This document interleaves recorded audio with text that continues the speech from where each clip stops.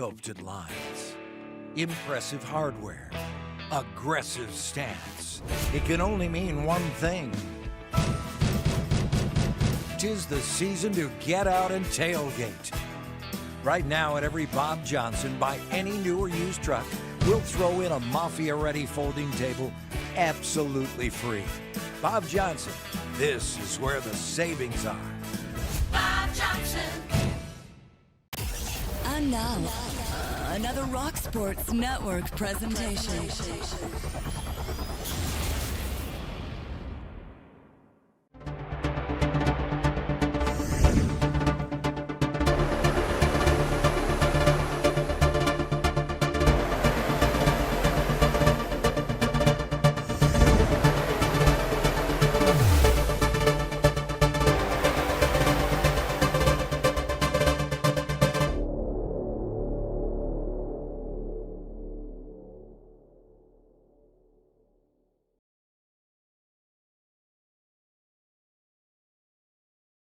Was a beloved member of the SUNY Brockport community and a devoted supporter of Brockport football. A familiar and joyful presence at the annual Courage Bowl, Lucas embodied the very spirit of courage, compassion, and community that the Courage Bowl event represents. Known for his contagious laughter, quick wit, and love of football, Lucas lived his life with an inspiring energy. Despite his own courageous battle with cancer, he always gave of himself to others, touching countless lives through his kindness and strength. Today we remember Lucas not only for the battles he fought, but for the joy he shared, the love he gave, and the legacy he leaves behind. He will forever remain a part of the Brockport football family and the Courage Bowl tradition. At this time, we ask everyone to please join us in a moment of silence to honor the life and memory of Lucas Lowe.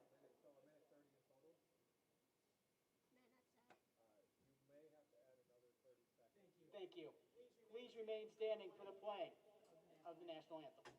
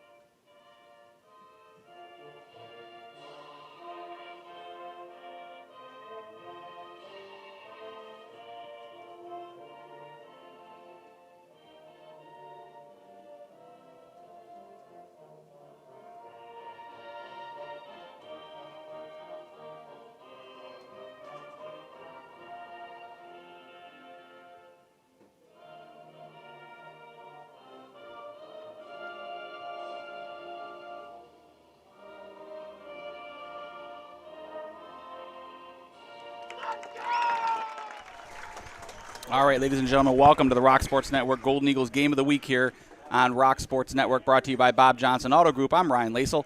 Joining me, as always, my partner, Mario Granata. We're here as the Brockport Golden Eagles are set to take on the Hobart Statesmen. Brockport looking to move to 2-0 on the season before they head into Empire 8 play.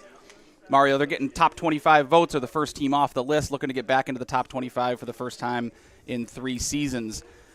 Heading out for the coin toss today, going to be captains for the Golden Eagles. That's number 14, Ben Gasella. Number 75, Adam Montalvo. Number 74, Liam Malgieri. And number 44, Luca Friedman, the lone defensive representative here. And Hobart 0-1 on the season. Tough game last week against Alfred. They commit 3 turnovers. They lose by 5. 2 and 2 equals 4 in football typically. Mario, what's the key to today's game between Brockport and Hobart? Well, the one thing key for Hobart is they got to try to get off the ball early, and they got to try to get E.J. Taylor going early. You got a quarterback coming into Bob Boozer Field facing a Mike Fox defense in his second career start. So you're going to have to try to lighten the load on him, maybe some quick intermediate passes. Don't do anything deep initially, but you just know Fox is going to try to load the box up and try to scare this kid. Yeah, absolutely. Brockport loves to bring pressure when they know that they've got a young quarterback. Their quarterback struggled last week.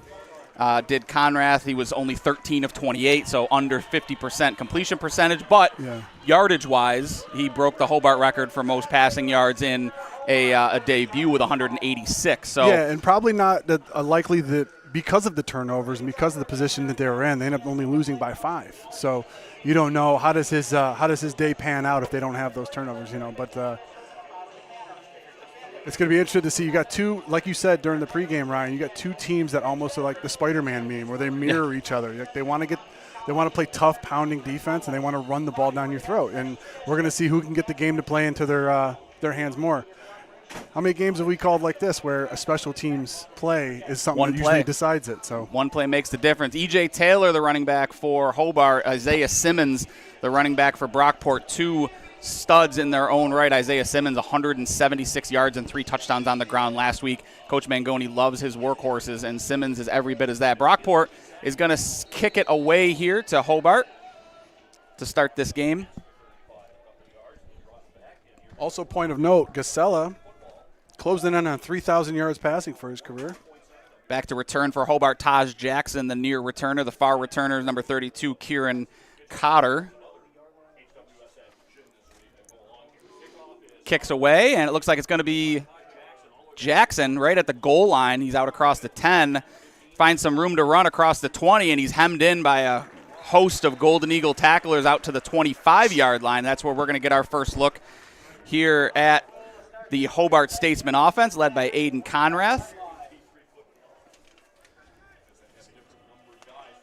And our sponsor today, Bob Johnson Auto Group. Bob Johnson carries 18 different auto manufacturers ranging from Chevy to Ford to Toyota and many more in 25 locations throughout New York State. Choose from thousands of vehicles in stock. Check them out online at bobjohnsonautogroup.com to find a location near you. So our first look at Conrath in the shotgun formation. He does have E.J. Taylor to his right. And that's a Brockport formation if I've ever seen one, Mario. They got the up back to the left of the formation. Conrath going to throw to start the game. He's going to look deep. He's got a man down there. That's Jackson, or overthrown. Sorry, that was number 3, Johnny Harding, the intended receiver. Good coverage there by Brockport. And I like the idea, even though that was an incomplete pass, you're trying to get Brockport out of the box so you can run the ball. So what do you do first play? You try to go deep to try to loosen up that secondary. Tried to go at the young corner, sophomore Brady Schnell, getting the start on the far side. Near side corner here is for Brockport is number 10. That's Kyle Sluka. If this isn't a trap play with the tight end on the inside, I don't know what is. Taylor to the left, and he's going to get that handoff right up the middle. He's met right away. A number of Brockport defenders in there, including number 0, Darius Servey, the junior from Lancaster, slicing in for the tackle. Brings up 3rd and 9 here for the Statesmen as Taylor only manages a yard on that one. This is exactly what Brockport wanted. Exactly. And Fox loves when teams are behind schedule on 3rd down. Look for some pressure to come here for Brockport. Yeah, this is one of those things where, you had 3 turnovers last week. The last time Brockport played Hobart, all they had were turnovers. You want to try to take care of the ball at all costs. So 3 wide here for Hobart this time. And Conrath in the shotgun. He's going to throw quick. He's got his man out there. And Schnell, that's a close. Yeah, he reached for it. That was a good play by Harding to get his hand out there. We'll see if it's enough. They're going to mark him right at the sticks, and they're saying first down. All right. So first down, Hobart on their opening drive. They needed 9. They got 9 and an inch, it looked like. Great job there by Harding to catch it and work for the rest of the other 4 yards they needed there. And what an excellent play call. I mean, it's a very safe throw to the short side of the field, building the quarterback's confidence up. And even if you don't get the first down there, at least you leave on a positive note.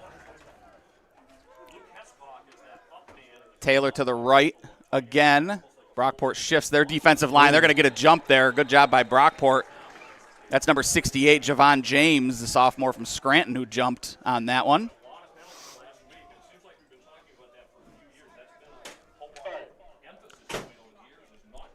.13:29 on the clock here as they walk off the 5 yards. It's going to be 1st and 15 here for Hobart. Yeah, with 2 teams that are so evenly matched here like this, you can't give up yardage like that. 3 wide for Hobart with E.J. Taylor to the right of Conrath. Brockport showing pressure off that left side. They get the up man to jump again. That one's 89 for Hobart, who jumped on that one. That was Timothy McKeever, backup tight end. That was one of those things. They had Brockport had three guys faking a blitz on that. Yeah, they had Fluitt and Davis, Servey and Davis, 2 new names to this Brockport defense. Brockport only returning 78% of their defensive snaps from last year. Servey and Davis, the 2 new linebackers in Brockport. Another shift here, and E.J. Taylor splits wide. Ball up over the top, and Conrath has to just tuck it and run. And good job by Conrath just to get back to the line of scrimmage on that one, Mario. You know how tough that is as a quarterback. Absolutely. A lot of these young quarterbacks, when they come in and they're facing as much pressure as they are, they don't know to live to play another play. And that's exactly what he did there. He took care of the ball, ran forward, just tried to get as much as he could. And then, now you're not a very good situation, but at least you didn't turn the ball over.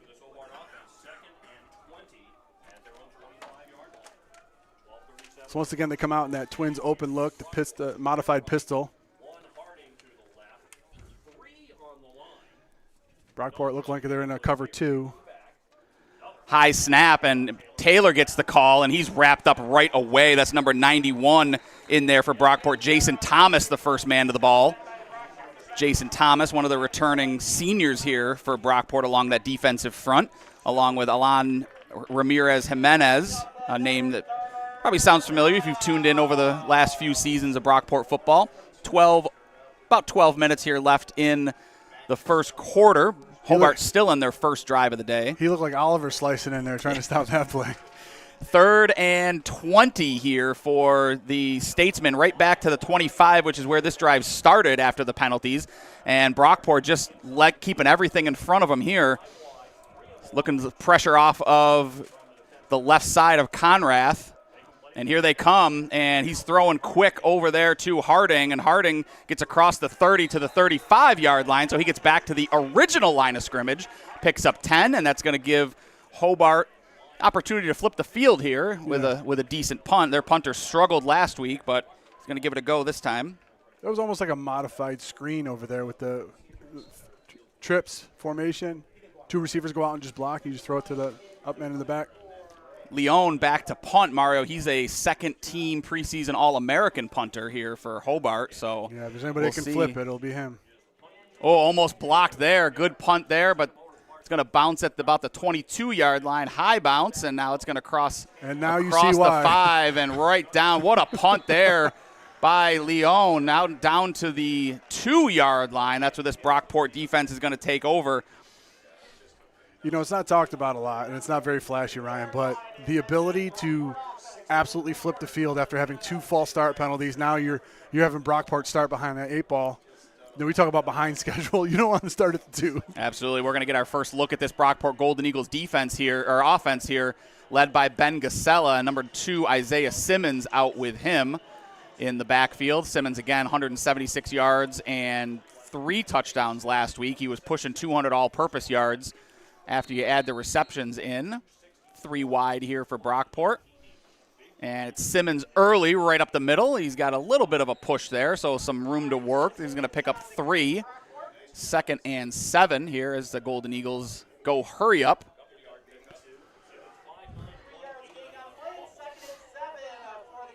And Simmons is the definition of both sudden and quick. Nathan Williams comes off the field for Brockport, bringing in the tight end here. It's our first look at Tim Lewis.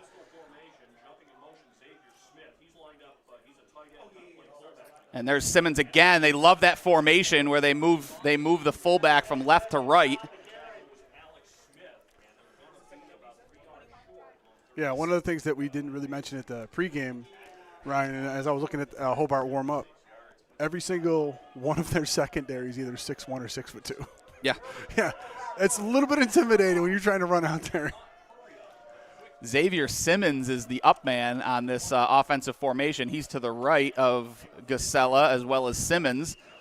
And 3rd and 2 here, and they're going to fake it to Simmons. Gasella's going to roll. A little bit of a new dimension to his game this season is the ability to run, but he's going to be short on this one. Going to bring up 4th and 1, and Brockport's not taking any chances as of yet, and the Statesmen down on the field.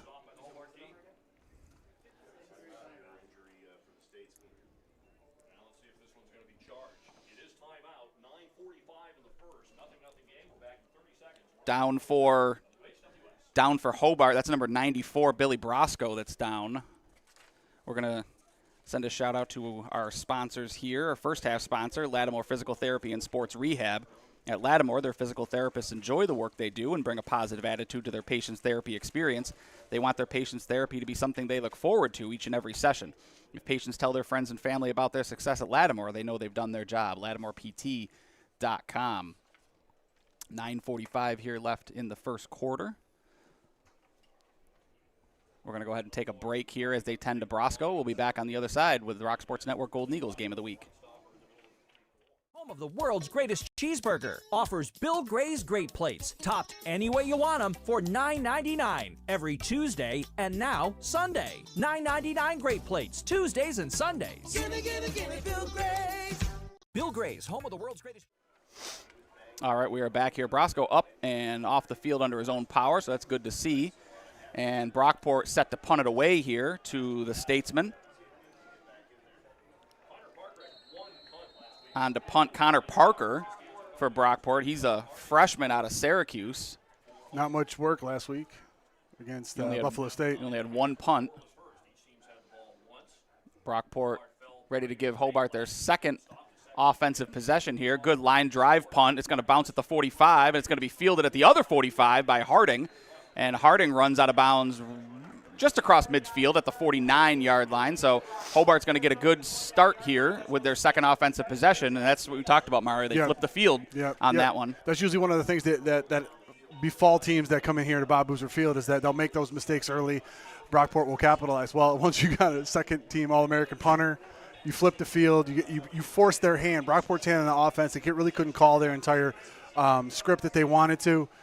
And now you got the ball once again starting in their territory. So this is the second offensive possession here for Conrath, and he's got Taylor to his left. And he's going to move left to right. 3 wide, bringing pressure again off the left side. If they're pulling that way, it's not going to matter. Oh, got him. There's a long throw. He's got Harding just over the outstretched hands. Boy, that was a house call if he was able to come down with that. That was Marcus Peterson was the intended receiver there. Yeah. And he had him. I'll tell you, Hobart taking a lot more shots in this first half than I thought they would. And they are focusing on Brady Schnell, so I'm not sure if they saw something in the film, but Schnell going to be looking for some help over the top maybe. Mm-hmm. I think it's more field specific because a lot of those shots that he's taking, it's to the half of the field where the ball's on. So it's a little bit short of a throw for. 9:19 here left in the first quarter, 2nd and 10, and they're going to give it to Taylor up the middle, and he's again met by a host of Brockport defenders, and they are testing this Brockport run defense early, and they are up for the task. That again was Jason Thomas leading the way. Once again, we saw that Twins open look with that little bit of a modified pistol in the backfield, and Brockport just keeps shifting around, coming at from different angles. Yeah. When you're on the offensive line there and you're not blocking the same guy in the same formation a bunch of times, it's very difficult. Big 3rd and 11 here as Taylor loses 1 on the play. Brockport trying to get off the field on a 3 and out, and they've gone, again, 3 wide. They got a tight end in, but he's going to be a true tight end on this one. It's Luke Hescock. Taylor, and there looks like pressure off the right side, potentially from Brockport. They show it. They bring it. That's Servey. And they're going to go deep again. He's got Harding, and Harding behind the defense. Big-time catch, and he's in for the touchdown for Hobart. We got a flag on the field. Flag down on the field. We're going to see what it is in the vicinity. It could be holding. It could be roughing, depending on the timing here. Yeah. And the Hobart offense is walking back towards the line of scrimmage. See what the call is here. Great timing. That was a great throw and a great catch by Harding. And Brockport struggling to keep these offensive weapons in front of them. Well, typically, what Hobart's walking this one off like it's coming back. Oh, it could have been hold then. They brought Servey and they brought Davis both off the edge, and two guys were trying to block two guys, but it didn't work out quite that well. Well, I mean, I think what Conrath recognized is that was the first time that Brockport came out not in a cover 2. They came out in a cover 1. They were blitzing because they had man. As soon as he was even with the defender, he let the ball go. It was beautiful timing by Conrath. Unfortunately, it's taken off the by.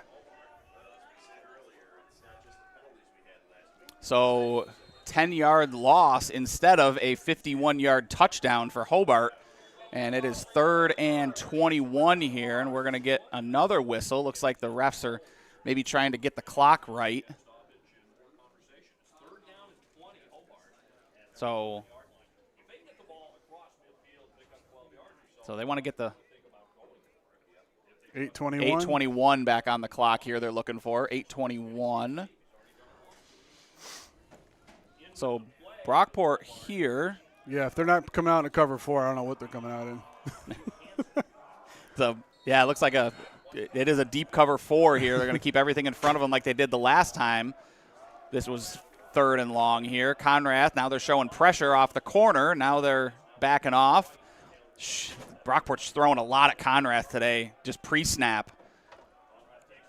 Here's the snap, quick out there, and nothing doing by Brockport. What pursuit by Brockport. That was complete to number 26. Made the catch there. Jordan Nolan. You know what would be fun, Ryan, is a lot of times, when I was coming up to the line and they had that cat and mouse game going on. That's an automatic throw. He's not even reading anything. Yeah. So when I would try to mess with the defense as well when they would try to do that. So they'd be jumping in and out, doing all this other stuff. I already know where the ball's going. It doesn't matter what you do. Daniel Manna back to return for Brockport. This is our second look at Leone, the punter. Again, he was a second-team preseason All-American. We got a false start. Hobart cannot stop shooting themselves in the foot early here. This is the fourth penalty for Hobart already. So we've got 3 false starts and a holding call so far on Hobart. And, again, they're trying to flip the field. You can't take a false start there. Absolutely. I mean, if they do have somebody on this team that could flip the field back for them, I mean, you could take a 5-yard penalty there, but obviously you don't want to. I wonder if you're going to see something here from Manna, because he did let the first one bounce, and Manna can be electric in the return game. I don't think he's going to let this one bounce again. He's going to return this one at the 22-yard line, across the 25, across the 30. He's got some blockers. Daniel Manna breaks it to the outside across the 50. Oh, and he's tripped up at the 40-yard line. And that was Leone, the punter. Just threw his body in front of Manna and got a piece of him. There's a flag down here. We'll see what it is. I don't know if we got a running into the punter or what. It's in the Hobart backfield, so let's see here. Manna was like, you want to flip the field? I'm going to flip the field. Daniel Manna last season won Special Teams Player of the Week nationally for Brockport. He had a punt return for a touchdown. Uh-oh. So it looks like this is going to be –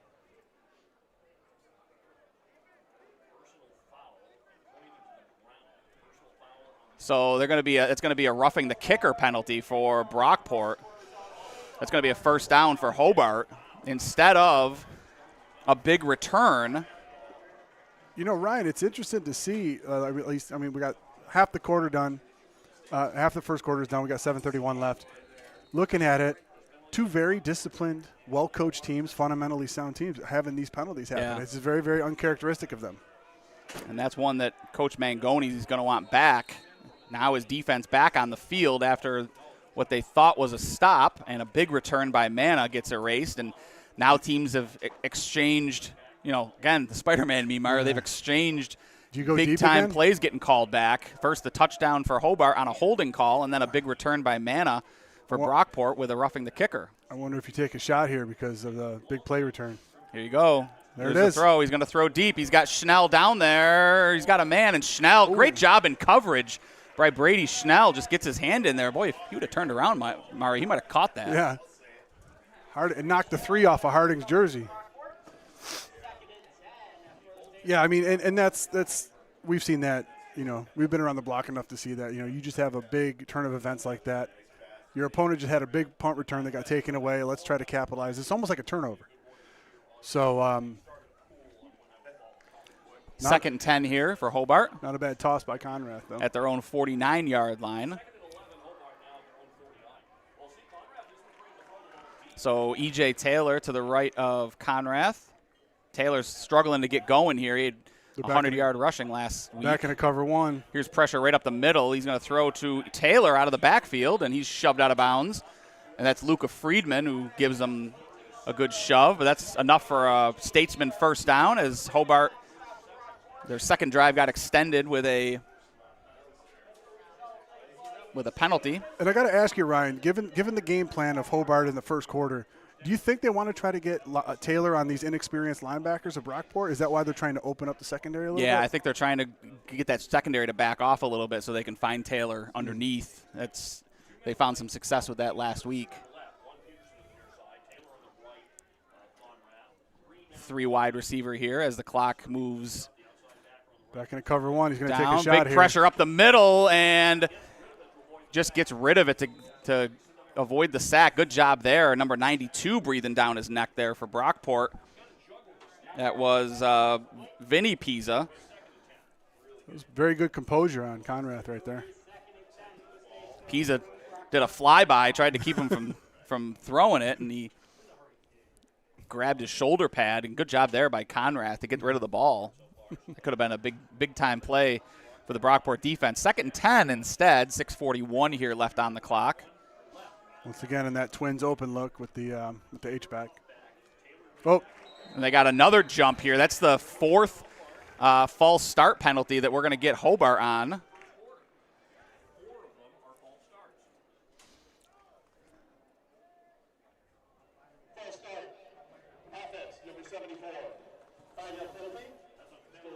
That one's on 74. You know, and if you're Brockport, you got to start questioning yourself. Are all these deep shots part of their game plan, or is it just because they keep committing false start penalties? You know, you got to figure that out by the time the second half starts. Second and 15 here for Hobart. You got short field height over here. More pressure coming off the weak side here, and they're going to throw right to Taylor. And he's got a blocker in front, and just a great job by Schnell to get through his blocker and make the tackle there after 5 yards. Yeah, I think Taylor slipped down a little bit there. If he actually could have made that cut and went to the outside, he might have had a big play right there. But a heck of a play by Schnell. 6:21 here left as the clock continues to run.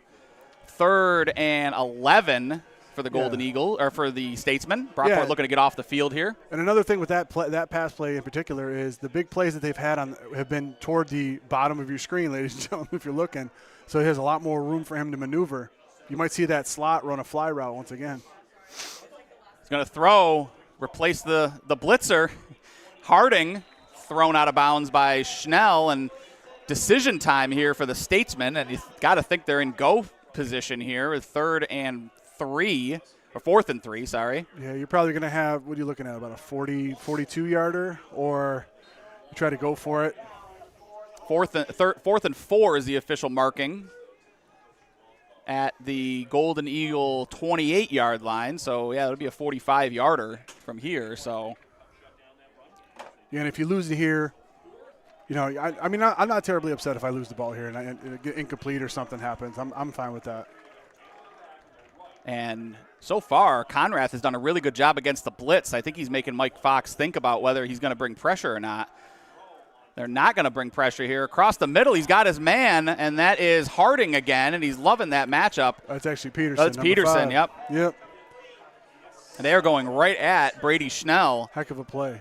I mean, you know, we talked about at the beginning of the game, Ryan, E.J. Taylor's ability to run the ball, 15 100-yard games in his career. He is picking up the blitz pretty good for Conrath. Yeah.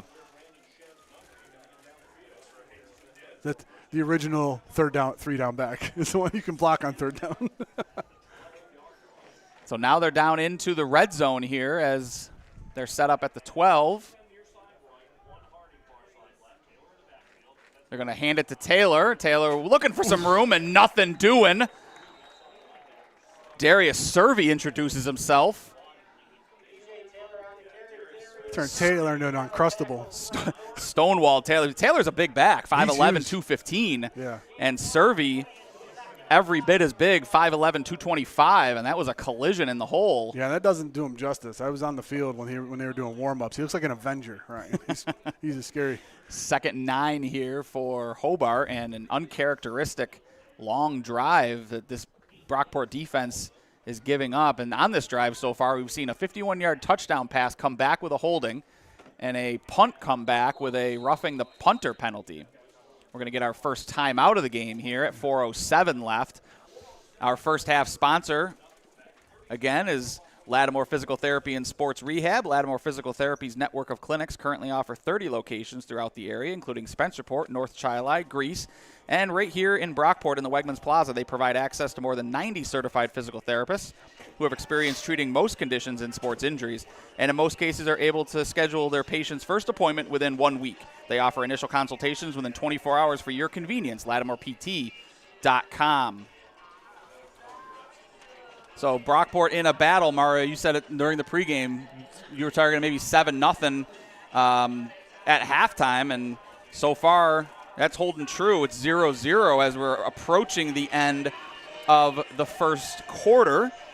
And Hobart looking to draw first blood on this one. Yeah, I mean, I think both teams, to a point, have shot themselves in the foot. I mean, only Hobart, though, had a touchdown taken away and points taken away because of that. So, obviously, they're knocking on the door now. They got 2nd and 9 on the 12-yard line. We're going to see they've been pretty much going out with the same formation, too, like we've watched Brockport many times on this field, Ryan. Mm-hmm. Pistol formation here for Hobart, 2nd and 9. Now Taylor's going to move to the right side of the formation. 3 wide to the lower part of your screen. Conrath takes the snap. He's going to keep it himself up the middle. He's got room to run almost into the end zone. Instead, it's a first down for Hobart at the 2-yard line. And Conrath had some rushing yards last week, but it wasn't really his forte. Maybe Brockport wasn't even thinking about that one. So Brockport now looking to hold.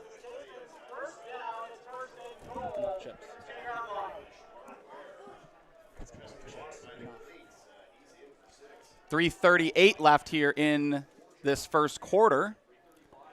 Down to the 2-yard line. Hobart with. And you think this is a place where Taylor would thrive, but with the limited success that he's had, they might try to go play action. Taylor to his left, and they're going to run Well, right 0. up the middle again. Who's And that? that's their True running Styles. back. Yeah, True Styles. 6'4", 225 out of Pittsburgh, taking it in for the score. Hobart draws first blood. Hobart up 6-0 after that True Styles goal line run. And first time this season that Brockport's found themselves trailing. And again, this drive was extended by a roughing the punter penalty. Can you still call it a tush push if you're in shotgun? I don't know. 3:18 left in this first quarter.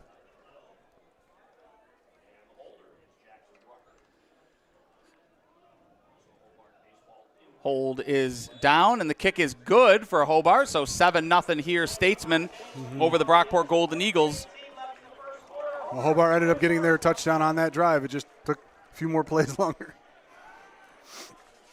Today's game is brought to you by Bob Johnson Auto Group. Bob Johnson carries 18 different auto manufacturers, ranging from Chevy to Ford to Toyota and many more in 25 locations throughout New York State. Choose from thousands of vehicles in stock. Check them out online at bobjohnsonautogroup.com to find a location near you.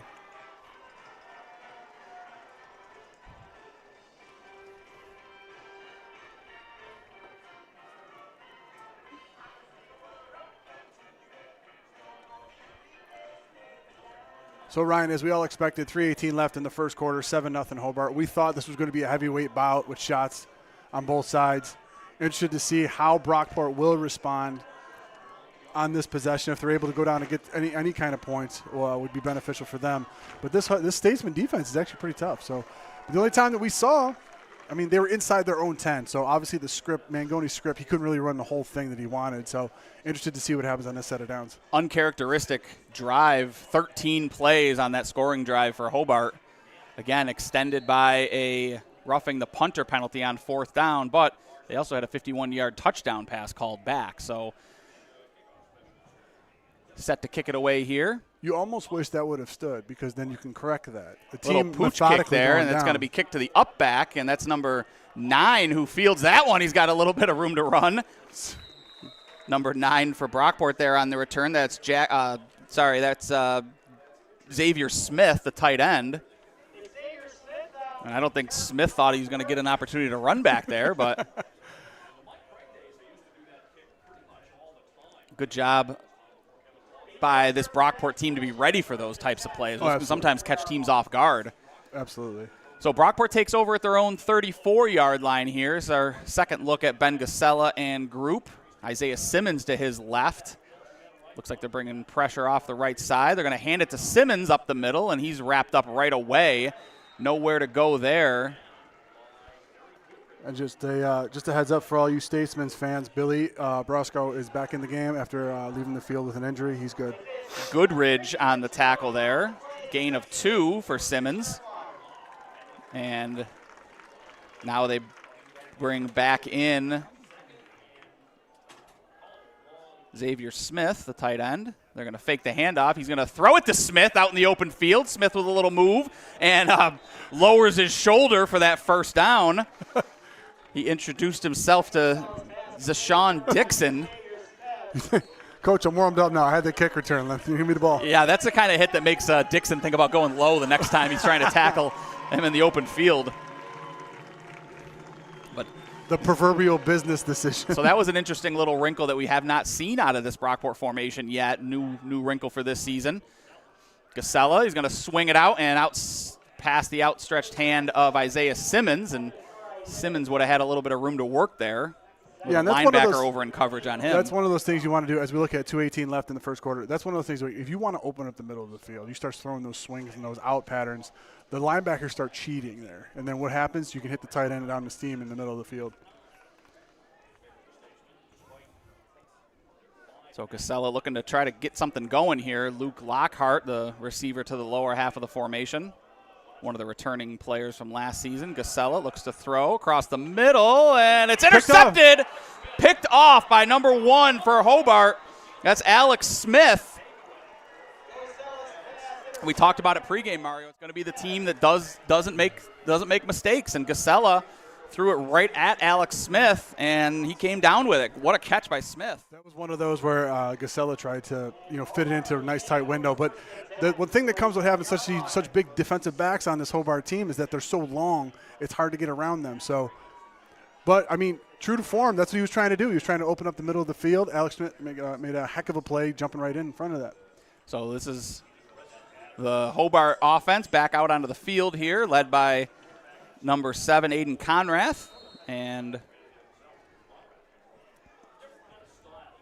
Hobart's going to try to extend this lead here off of the turnover. They take over at their own 47-yard line.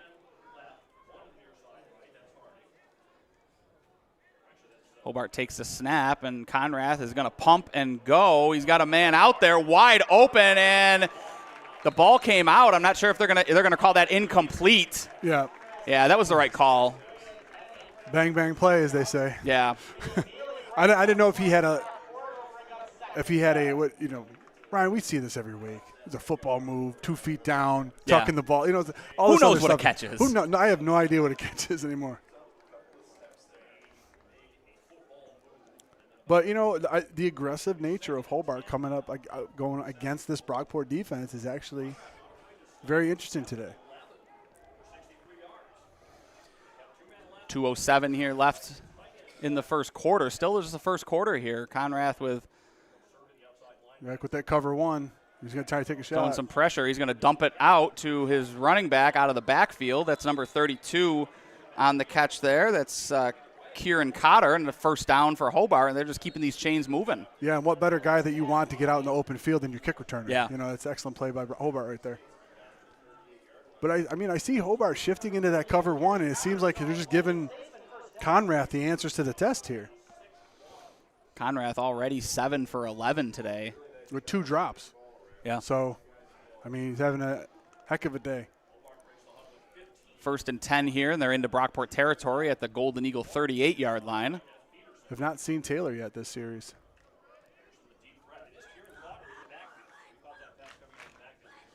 Cotter to the left, and they're going to hand the ball to him in the middle there, and nothing doing. He's not faring much better than Taylor was trying to run up the middle. And that's where the strength of this Brockport defense really lies, is that that 1 and that 3 technique down there in the trenches.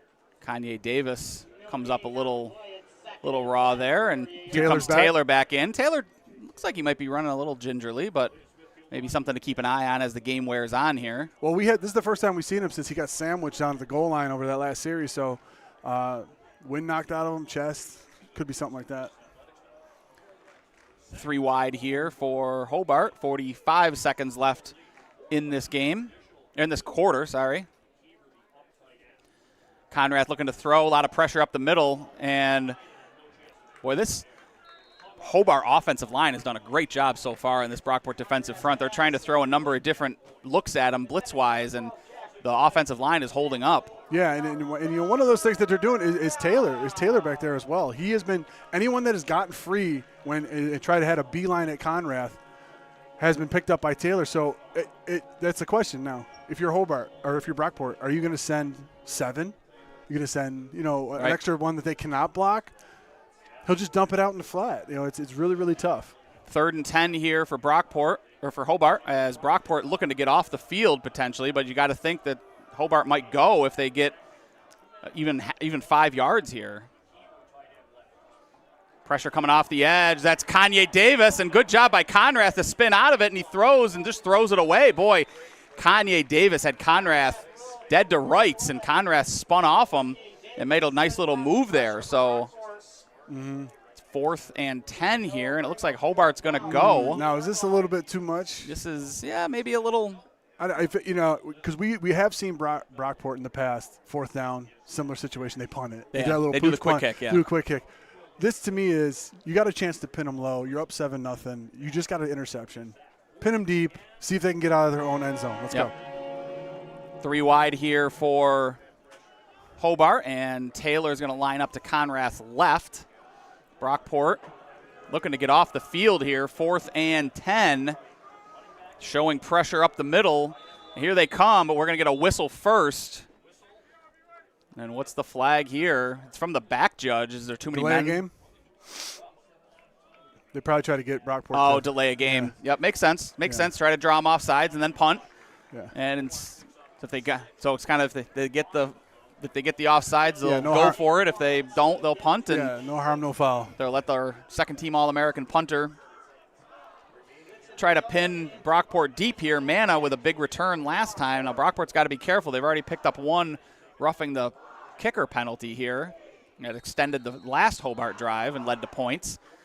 This time you got to think they're going to lay off on the pressure, and now watch the fake. So there's a little pooch kick. It's going to bounce and go right out of bounds. 27 yeah, or something. that was a short kick there. I think they're going to mark it at out at the 20. They're going to give them the 21-yard line. So where Brockport's going to get to take over here. And 21 seconds here left in the first quarter. And here comes this Brockport offensive front, and they're going to try and get some yardage here, give this defense a rest. See, here's the thing that's facing Brockport right now. You got these 2 linebackers that are in the middle that are very, very fast, very, very instinctive, and you have a secondary that you're going up against that is just very long and tall and fast. So what is your goal? That's Vino, and nice completion out there. So Anthony Vino in at quarterback for Brockport. And now he comes out, and on comes Gasella. They did show Vino last week, but he was more of a runner for this Golden Eagles defense or offense. I was interested to see how Hobart reacted to it, and it seemed like they just stayed in their base package mostly. 2nd and 5. It's going to be the end of the first quarter here as the Brockport Golden Eagles trail the Hobart Statesmen 7-0. We're going to take a break, and we'll be back on the other side for the second quarter and with 2nd down. The world's greatest cheeseburger offers Bill Gray's Great Plates, topped any way you want them for $9.99 every Tuesday and now Sunday. $9.99 Great Plates, Tuesdays and Sundays. Gimme, gimme, gimme Bill Gray's. Bill Gray's, home of the world's greatest cheeseburger, also has Rochester's best Icelandic long-line cod haddock fish fry. Cooked to perfection. Delicious haddock fish fries and sandwiches served on a fresh-baked Apollo roll. Every day of the week, open till close. Get one today. Gimme, gimme, gimme Bill Gray's haddock fish fry.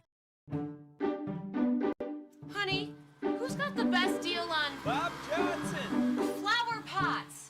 The best deal on flower pots. Bob Johnson doesn't have deals on flower pots, but we have the very best deals on new cars, trucks, and SUVs. Best inventory, best service, best pricing, best people. Bob Johnson, this is where the savings are. Bob Johnson. Bob Johnson. Bill Gray. Get ready to go live again. Casella takes the snap. He's going to hand it to Simmons. Simmons with room to run off the right side. Bounces it outside. He's across the 40, across the 45, lowers his shoulder. And Isaiah Simmons with the first spark for Brockport today. Big run there. Taken out by number 8, Blake Minsterman. 22-yard scamper for Isaiah Simmons. And Simmons, again, 176 yards rushing last week. He's looking to get going here for this Golden Eagles offense. They need him to get going so they can run the rest of their offense. Williams goes in motion. They're going to give it back to Simmons. Simmons, nifty move there. Lowers his shoulder. What a shot by Isaiah Simmons. What a run by Isaiah Simmons. Him and Alex Smith, John, after the play, they go back to their respective huddles. That was an angry run by Isaiah Simmons. He did. He met Alex Smith right in the middle of that formation and knocked Smith back on his heels. Smith still made the tackle to his credit, but boy, Isaiah Simmons showed him every bit of his frame. 5'9", 178. Fakes it, and Casella's going to run. Again, Vino. That's Vino in the game. They like bringing Vino in to run the football. A sophomore to Casella's junior. Yeah, a lot of times, though, when you bring Vino in, I mean, Vino, I've seen him in warm-ups. We've seen him before. He can throw the ball. He's pretty good. You see how they react to the receivers when he comes in and takes the ball. Yeah. Like, are the defensive backs literally just leaving them alone, or, you know?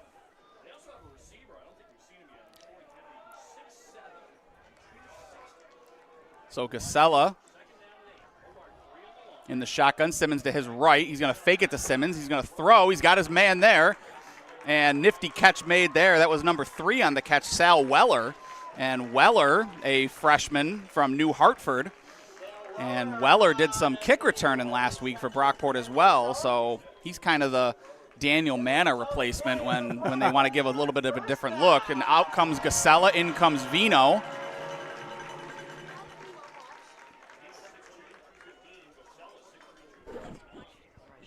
All right, once again, Vino, and you want to see how the cornerbacks are going to react to him. If they're just going to peek in the backfield, they're actually going to be covering the wide receivers. 4 wide here, and Vino is going to throw it. He's going to throw to the outside. He's got his man there. Nice grab. Way to climb the ladder there. That was number 80 on the catch. That was Luke Lockhart from Hilton. Yep, nifty footwork over there. Keeping the clock moving here. It's going to be 2:21 left on the clock in the second quarter. Brockport knocking on the door here, trying to get into the red zone. You got a doubles look out of Brockport here with Vino still at the helm. And Vino takes the high snap. He fakes it to Simmons. What a fake. He's got some blockers in front of him, lowers his shoulder, and Anthony Vino has enough for a first down to the 14-yard line, and that's a Brockport first down. Brockport getting some momentum here on this offensive drive, their third of the day. You know, and I always wonder, Ryan, was that part of the script to get Vino involved in the game like that, or was that just a product of the interception? I'm always curious about that. I think Vino, I think Coach Mangoni likes to bring Vino in when the running game stalls a little bit. He likes to bring Vino in because that was a different look, right? You can run that RPO. You can kind of make the defense back on its heels a little bit. Casella back in here with Simmons to his right. And no flag. Simmons off the right side, and Simmons in for the touchdown. Isaiah Simmons from 14 yards out. What a run by Simmons. He cut it inside and cut it back outside, and he was in untouched. Isaiah Simmons. Manna's more happy than Simmons is on this play. Watch Mana, the slot on the bottom of your screen, hold his block, seal him inside. And that is Alex and Smith, the big, the big hitting safety for Hobart, and Daniel Mana just ran him off the field on that play to spring Simmons. I mean, that's what we talk about, with this Mangoni coach team. Mana, heck of a returner, heck of a receiver. Blocking on that one, springs Simmons for the touchdown. And in for the extra point. Hold good. Kick is up. Kick is good. So Brockport holds serve and answers back here. That was Monteperto that kicks that one through. 7-7 here as we got a new ball game after the Brockport defense has been on their heels most of today. The offense trying to provide a spark, and it's Isaiah Simmons from 14 yards out. Simmons with a big possession there for Brockport. Simmons up to 60 yards rushing already on 6 carries, so he is Derrick Henry-esque today.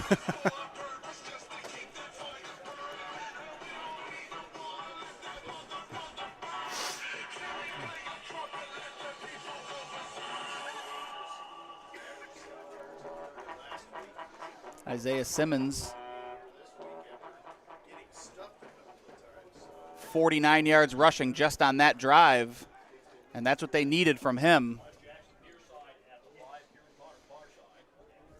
Yeah, it's all 3 of his touches in that drive, Mario, went for more than 10 yards. Oh, yeah, absolutely. It's one of those things where if you think Casella is going to be a little bit upset about the interception, obviously he has a career 2-to-1 touchdown to interception ratio. So you don't think it's really going to bother him. You get your running game going, it gives him more confidence, and it opens up something for him. It opens up those underneath throws he likes to make. Yes. Big kick here. This one's going to go into the end zone, and wow, big kick for Brockport. It's a new kicker that they brought in this year. Did Brockport. It's number 93.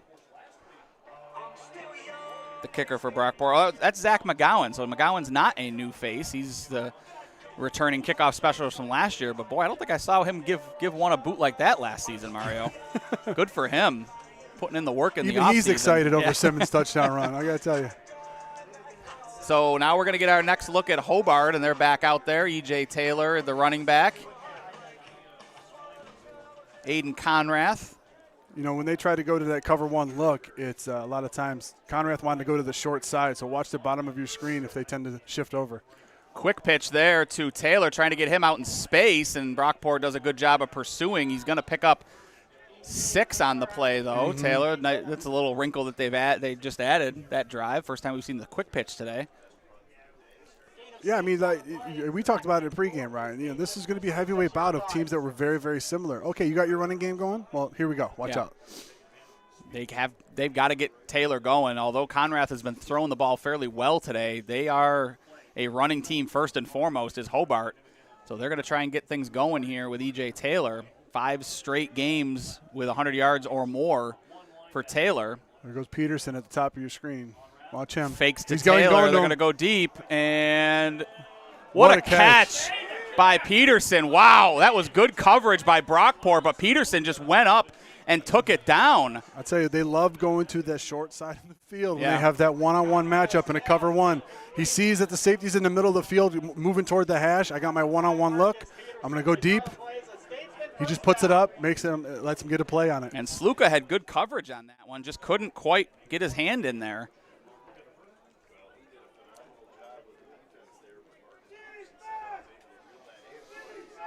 $10:21 left in this second quarter here. Taylor with the handoff, breaks a tackle, but there's Luca Friedman to meet him after first contact. Gain of 2 on the play for Taylor.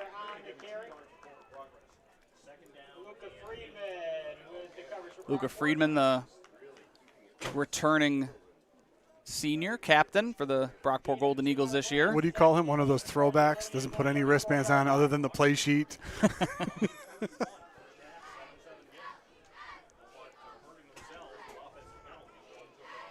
9:45 as this clock continues to run. 5 wide for Hobart. New look for them. Empty back field other than Conrath. Brockport showing pressure up the middle.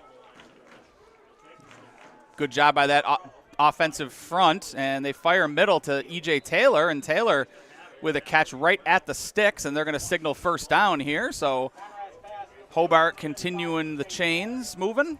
Taken down by 2 Brockport defenders and a ref. And a ref, yeah. Interesting wrinkle in there. They had a whip route on the other side in the slot, and then they had him taking a drag on the other side. So, heck of a read. Linebackers are flying out of there. Yeah, Conrath looking really comfortable today. A lot of it's his offensive line doing a good job of keeping him clean and really keeping him out of pressure. Brockport, you got to figure Coach Fox is going to try and figure out how to bring some pressure, and missed tackle Taylor there, and there's Taylor out in the open field, finally brought down. That's number 33 on the tackle for Brockport. That's Liam Neely. Well, you know what, Ryan, another thing that we'd be remiss if we didn't mention it. Conrath goes up against these 6'2", 6'1" corners every day in practice. Yeah. So going up against Brockport, maybe he's not as intimidated as other quarterbacks would be.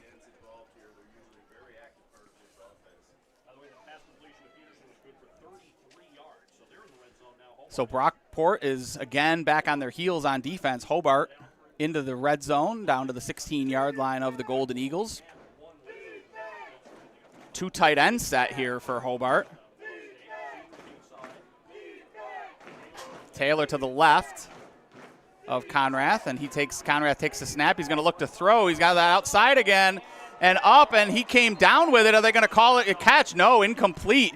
Boy, he went up and climbed the ladder, and another good catch by Hobart. Absolutely. Harding. That was Harding that climbed the ladder that time. And you get to see a prime example of what your running game ends up opening up for you. They had man on the outside. They took a double A-gap blitz, and then they ended up throwing it to the outside after he read it. Heck of a throw, heck of a catch. He just wasn't in bounds. Yeah, beautiful throw by Conrath. He's really doing a good job today, settling down after last week, 13 of 28. 7:34 here left in the second quarter. Hobart not giving him much time here after they break the huddle. There's a timeout here by Hobart. Yeah, they broke the huddle at 10 seconds, yeah. Our first half sponsor today, Lattimore Physical Therapy and Sports Rehab. At Lattimore, their physical therapists enjoy the work they do and bring a positive attitude to their patients' therapy experience. They want their patients' therapy to be something they look forward to each and every session. If patients tell their friends and family about their success at Lattimore, they know they've done their job. LattimorePT.com. And make sure you check out The Rock, rocksportsnetwork.com, where you'll be able to watch today's game and all our games this season on demand 24/7 on your smart TV, desktop, and mobile device. rocksportsnetwork.com, Rochester's only digital sports channel. 7:34 here left, 2nd and 10. So based on what we've seen of the first half, Ryan, so like you said, 7:34 left. Prior to that timeout, because they were going to run out of time, you had Peterson at the top of your screen in a twin set. Then you had Harding at the short side of the screen, or at the bottom of your screen. Short side, that's where he likes to go. Harding, one of his guys that likes to go up and get it. If they come out in it again, so we see Harding going to the bottom of your, him on Sluka has been a battle all day. You think it's a play action because it's second down? You play action, you try to hit him in the bottom of the end zone because the safety's in the middle of the field? I think if I'm coach here, I'm going to try and run the ball, try and get some yardage here, make it 3rd and manageable. Took the shot on first down. Try to settle things down. He's going to throw. Oh, there it is. And Sluka, Sluka almost came down with it that time. They're starting to, Mario, it's almost like they're, asking you what's going on there. Short side, fade route. Sluka was ready for it that time. Absolutely. Well, because he had burned him with that Peterson play, the long play on the opposite side of the sideline. He's like, I'm not going to have that happen again. Yeah, boy, Sluka would have come down with that one. That's a game-changing interception there. Instead, it's 3rd and 10. Now here's one where I would. Line. Now here's one where I would run it. You got 3rd and 10. You got 2 options. One, try to get half again, or put it on what hash the kicker wants it. You know what I mean? That's what I'm looking at right here. 2 receivers to the top of the formation, and you again got Harding on the lower half of the formation. Taylor's going to split wide. They're going to throw it to him. He's got a couple of blockers in front of him, but good job by Brockport to just pursue on that one, and he's going to pick up 5 on the play. So I'd have liked that on second down. Yeah, that's a nice little gainer on second down. Now out comes the field goal unit here for Hobart.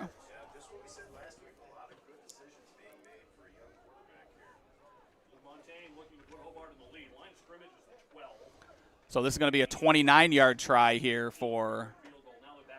You know, I'm you know, I got to say this. I'll say that about Conrath after this field goal attempt.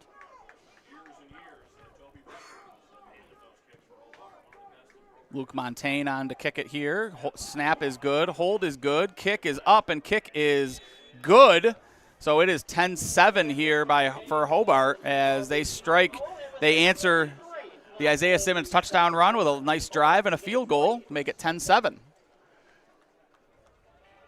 So, I mean, we're talking about Conrath coming into this game. You said he was 13 for 28 last week, not very efficient. But a lot of the throws that he's doing today, he's not really making a read on it.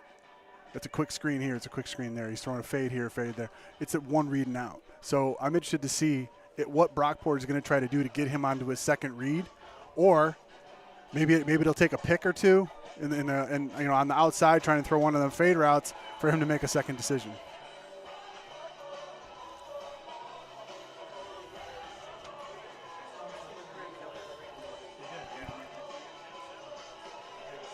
.643 here left as Brockport set to take the ball back.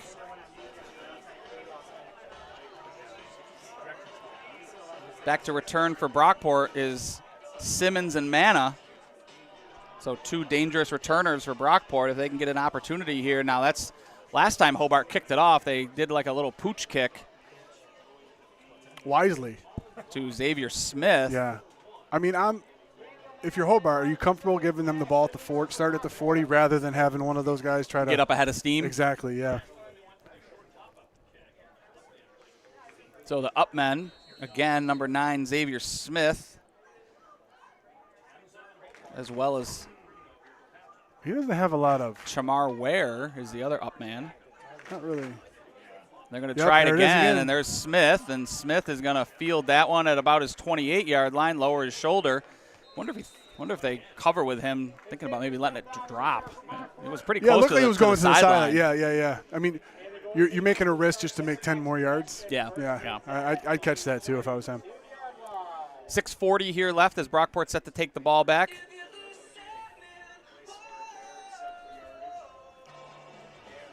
Brockport going to take over at their own 32-yard line after the 4-yard return by Smith. And we are going to have Gasella and Simmons. We got Manna and Williams as well as number 80, Luke Lockhart. And Tim Lewis in at tight end for Brockport as well. There's Simmons, and Simmons up the middle, breaks a couple tackles. He's still going. He's still going. Isaiah Simmons, he is running angry today. Yes, he was upset about that first couple series. And I'll tell you what, if Hobart's going to stay in this cover 4, he's just going to keep handing it off. That's an easy read for Gasella. If he's sitting there, he goes, I got 4 guys that are playing 12 yards deep. I'm going to hand it off to Simmons. My line will take care of everything. We'll be all right.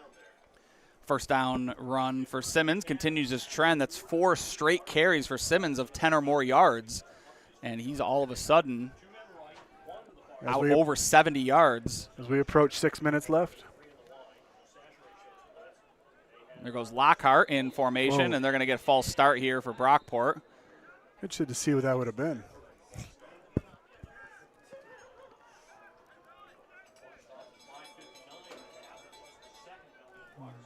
Not sure who that penalty's on, but second penalty for Brockport today. False start, everyone but the center. No. So out comes Lewis and in comes Smith.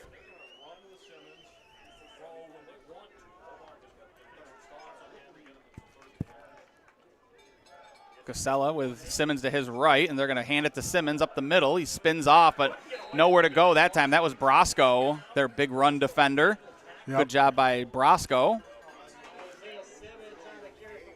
Back to the line of scrimmage, but second and 15 here. Brosco penetrating from his one tech. You know, he's excellent down there.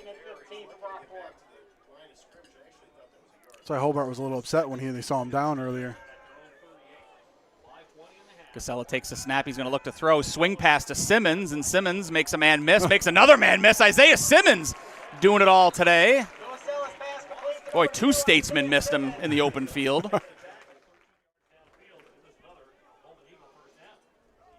And that was a really just easy swing route. Nobody went with him. Yeah, they brought a blitz, and he replaced them. First one was Smith. He said, "Thanks for coming." Smith, Smith wanted that one too. It's been a battle so far today. Oh, it was was so fun to watch. Simmons is +1, Mana's +1, but Smith also has the interception. So absolutely. 3rd and short. They're going to hand the ball off right up the middle, and that's a new runner there for Brockport. That's number 35. Number 35 there for Brockport. That was Mason Ennist. It'll be 1st and 10 Golden Eagles from the 46-yard line. All right, looks like Vino is going to be coming back into the game as the Golden Eagles cross the 50. We've got 4:08 left. They have all 3 of their timeouts, trailing by 3 to the Hobart Statesmen. Samir Thomas checks into the game, the freshman running back. He's behind Vino. 4 wide set here, and it looks like they were bringing pressure off the left side, and he hands it off. And good job there by Samir. And Goodrich broke down like he thought Vino was going to keep it, and instead Samir Thomas takes it for 4 yards. 2nd and 6 here for Brockport as Gasella checks back into the game. Yeah, you got Sel Weller in the slot on the top of your screen. If they're showing that blitz over there, he might just run that little quick whip route again. Fake the inside handoff and just throw it to him. Clock continues to run here for Brockport. They're going to look to throw across the middle. He's got Mana. Nice. Mana with a nice catch there. Diving reception. You always love those mirror routes. That's outside guys are both running hitches. Inside guys are running fades. That was a nice recovery there by Mana. Not a great throw by Gasella, but 3 minutes left here, and Brockport's offense, the last 2 drives, have found a rhythm. And a reminder, Hobart only with 1 timeout left in this half as they burn 2 on slow reads at the line of scrimmage. Simmons takes the carry off the left side, shrugs off a defender, and he's out to the 24-yard line, so pick up a 3 on that one. Yeah, that's one of those things. If they want to avoid Billy Brosco, number 94, the one tech in the middle, you run side to side. And what you got to do is you got to probably get a seal on the edges over there. So that's one of the things that Brockport have been able to do very, very well in the beginning of the second quarter and even right now. Gasella trying to get a read on what's going on here. Looked like they were trying to bring pressure up the middle. Looks like they're going a little man cover 1. Here's the snap. Gasella looks to throw across the middle. Oh, almost intercepted. They went back to that slant route to Mana, and that one was read really nicely by number 21 there, Mike McGee, who almost picked that one up. Yeah, Hobart came out in a cover 1 with a man look and then dropped to a cover 3 right when he snapped the ball. So that's why he didn't expect the linebacker to be there. 2:08 here left in the second quarter. Brockport trailing 10-7. You would 4 down here? I know it's early. And Yeah, I think down you 3. I think you got to be 4 down territory here for Brockport. Just to tie it up. Between the clock. Yeah, well, between the clock, you get the ball at the second half. Hand it to Simmons, and Simmons buries his head, and he's going to be short. They're going to mark him as only picking up 2 on that one, so it's going to be 4th and 5, it looks like, here. I'd burn 1. So Brockport calls a timeout. They're going to talk this one over. We're going to take a quick break, and we'll be back on the other side for 4th down here. The world's greatest cheeseburger offers Bill Gray's Great Plates, topped any way you want them for $9.99 every Tuesday and now Sunday. $9.99 Great Plates, Tuesdays and Sundays. Gimme, Bill Gray's. Bill Gray's, home of the world's greatest cheeseburger, also has Rochester's best Icelandic long-line caught haddock fish fry. Cooked to perfection. Delicious haddock fish fries and sandwiches served on a fresh-baked Apollo roll. Every day of the week, open till close. Get one today. Gimme Bill Gray's haddock fish fry.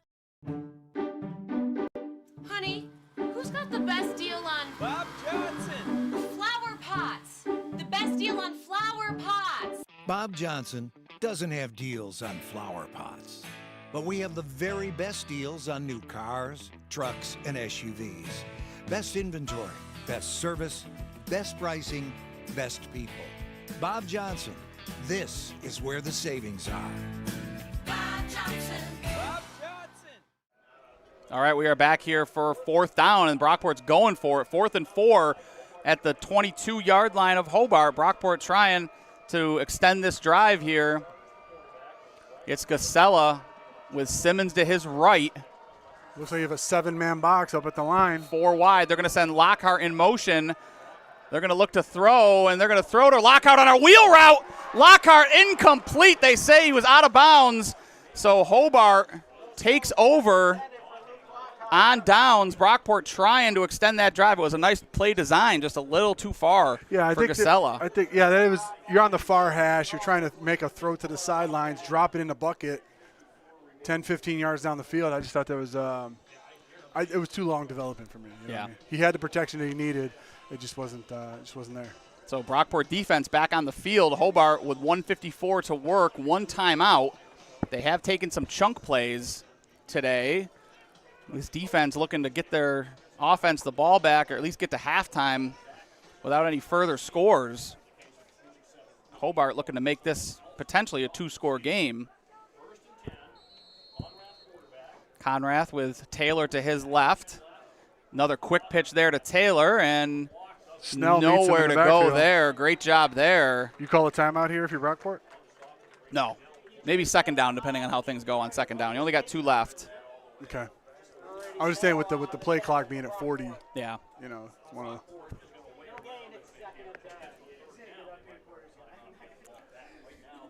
All right, I'll ask you this, and we'll talk about it for everyone that's watching as well. If you're not getting the ball in the second half, you can just kind of burn time out. Yeah, probably. Okay. Yeah. All right. Yeah, clock management's different, and now Brockport calls a timeout. 25 seconds just went off the clock. Interesting decision there. So 1:23 here left in the second quarter. 1:20 left. Yeah, I mean, if you're Hobart, you're up 3. You know you got to kick off, but you don't want any mistakes to happen. And then, because the games that these two have had, that's usually what happened. You want to try to keep it safe, keep the ball in, make them burn their timeouts, and then punt. You have your second-team All-American punter can flip the field for you.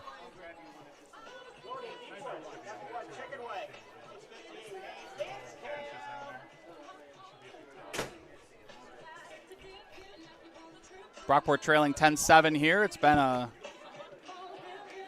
offensive battle so far, with the defenses doing just enough. Gasella with an interception earlier that snuffed out a Brockport drive. And a turnover on downs on their last possession. Hobart has been feasting on the outside. Conrath having a great game at quarterback. Yep. Trying to get E.J. Taylor going these last couple of drives. Well, one of the things that we talked about, what was the strength of this Brockport defense? It's right up the middle. Yeah. So he's trying to hit the edges a little bit more, trying to rely on that size that he has at the receiver position. 1:26 here left.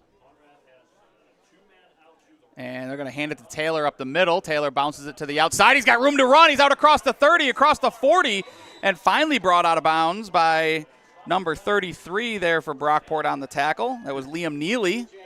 Yeah, it looks like they are going to stop the clock. I thought his knee went down in bounds, but well, they'll stop it for the movement of the change, and then it should continue to run. Yeah, it's interesting too, because plays like that, you're sitting there, hey, wait, we can maybe be able to steal 3 more points here. What are we going to do? All of a sudden, okay, 1st and 10 Brockport here. in a cover 2. You got Peterson at the bottom of your screen. He's going to have help over the top. Looks like they're going to try to go inside, though. With the time that they're taking, they're not in a rush. They're going to hand it off. See if they can get a run here. Yeah, he's running all the clock all the way down. So Taylor takes it up the middle, lowers his shoulder out across the 50-yard line, out to the 48-yard line of Brockport. 35 seconds left here in this quarter, and looks like the Statesmen are content to let the quarter end like this. It's interesting decision, Mario, because you still got a timeout, but you're in no hurry at this point. No, not at all. I mean, I'd take one shot. Yeah, but if you're saving your timeout, you got to go, right? You got to go with pace. Yeah. And Hobart's not going with any kind of pace. You're down inside of 10 seconds on the clock here. I think they were content with what happened. They got 2 runs. They wanted to run the clock. They're going to let it run out here. Yeah. So just letting it run out. It's surprising after that last E.J. Taylor run that got him across midfield. Yeah. with a minute left. Yeah, they had a minute 14 when they could have possibly snapped the ball. Now you're at the Brockport 48. Yeah. You burn one if you need it for the kicking team. Try to take a shot. Who knows? You've been burning them on the outside all day, but 10-7 Hobart leading at halftime as Brockport goes into the half trailing for the first time this season. And we're going to take a break for halftime, but make sure you stay with us here, whether you're watching on YouTube or Facebook. We certainly appreciate it. On the Rock Sports Network Golden Eagles Game of the Week, brought to you by Bob Johnson Auto Group. We'll see you on the other side of halftime. The world's greatest cheeseburger offers Bill Gray's Great Plates, topped any way you want them for $9.99 every Tuesday and now Sunday. $9.99 Great Plates, Tuesdays and Sundays. Gimme Bill Gray's. Bill Gray's, home of the world's greatest cheeseburger, also has Rochester's best Icelandic long-line cod haddock fish fry. Cooked to perfection. Delicious haddock fish fries and sandwiches served on a fresh-baked Apollo roll. Every day of the week, open till close. Get one today. Gimme Bill Gray's haddock fish fry. If you're living with pain or recovering from surgery and don't know where to start, Lattimore Physical Therapy can help. The Lattimore Promise includes an individual diagnosis with a highly trained licensed physical therapist on your first visit, a personalized treatment plan, communication with your doctor, and a continued personal care plan. You're never more than minutes away from pain relief. Visit LattimorePT.com. Lattimore Physical Therapy. Honey, who's got the best deal on Bob Johnson. flower pots? The best deal on flower pots. Bob Johnson doesn't have deals on flower pots, but we have the very best deals on new cars, trucks, and SUVs. Best inventory, best service, best pricing, best people. Bob Johnson, this is where the savings are. Bob Johnson. Bob Johnson. Honey, where's the best place to fix chairs? Bob Johnson. Chairs, like this one. Bob Johnson doesn't fix furniture, but we service and repair every car, truck, and SUV there is. Best inventory, best service, best pricing, best people. Bob Johnson, this is where the savings are. Bob Johnson.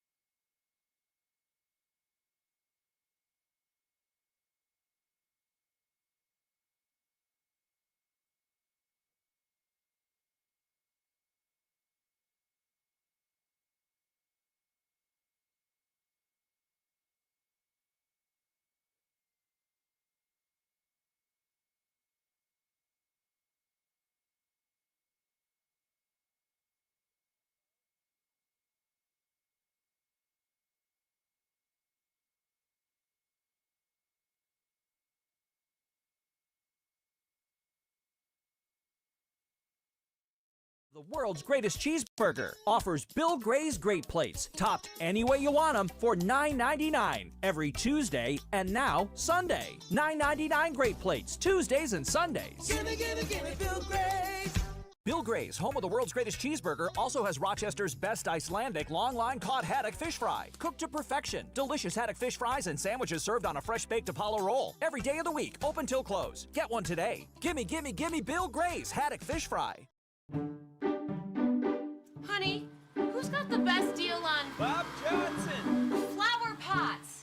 The best deal on flower pots. Bob Johnson doesn't have deals on flower pots, but we have the very best deals on new cars, trucks, and SUVs. Best inventory, best service, best pricing, best people.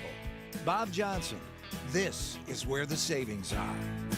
Bob Johnson. Bob Johnson. Bill Gray's, home of the... All right, we are back here for the second half as Brockport set to receive, trailing 10-7. They're trailing the Hobart Statesmen. And Mario, it's been, aside from time of possession, it's been a fairly even battle here. 182 total offensive yards for Hobart, 150 for Brockport.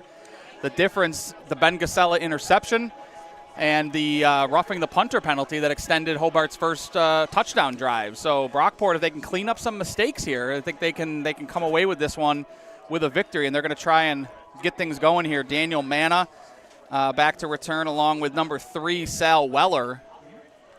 Yeah, the one thing that I didn't expect when we were talking about it at pregame is because of the fundamentals of the two head coaches that they preach, and what they're trying to, how they were building their program. 8 penalties between these two teams. And it just seemed very, very uncharacteristic. As you said, that one that was highly influential in Hobart getting their first score of the game. But, the comfortability that the Conrath has had for Hobart coming into Brockport, Bob Boozer Field, the Mike Fox defense and everything else, and very, very composed, very, very, confident in what he's doing back there, and interested to see if that continues into the second half and what kind of adjustments Fox has made. See if we get another pooch kick here as they've been kicking it short to Smith. Xavier Smith, the tight end. They're going to go back at him here, and this one's going to get fielded at the 33-yard line, and Smith out across the 40, and Smith gives a little life to Brockport here to start things off, and I guess the more you kick it to him, the more comfortable he's going to be with it. Yeah, and it's a very, very interesting strategy. The fear they may have of the deep returners in Manna, that they're willing to give the ball at the 40. Yeah. You know what I mean? It's very. I'll give you a short field. We don't care. Yeah, it's either a sign of respect for Manna and the return team, or maybe a sign of disrespect for this offense that they don't think they can get much going here. Yeah. Looks So like they're going to go with Brockport the starts doubles. at their 41-yard line. Takes the snap. He's going to throw right over the middle, and he's got his man there. And Sal Weller with a nice catch for 5 yards. So good play on first down to get some positive yardage and maybe settle Gasella down a little bit here. Absolutely. And Gasella out, Vino in. We're going to call him Welker before the day's over, right? One or two times that's going to happen. But yeah, Vino coming in. This is a nice change of pace. It definitely keeps Hobart on their toes, whether or not he's going to run it or not. But he's got Simmons with him, so either option is very powerful.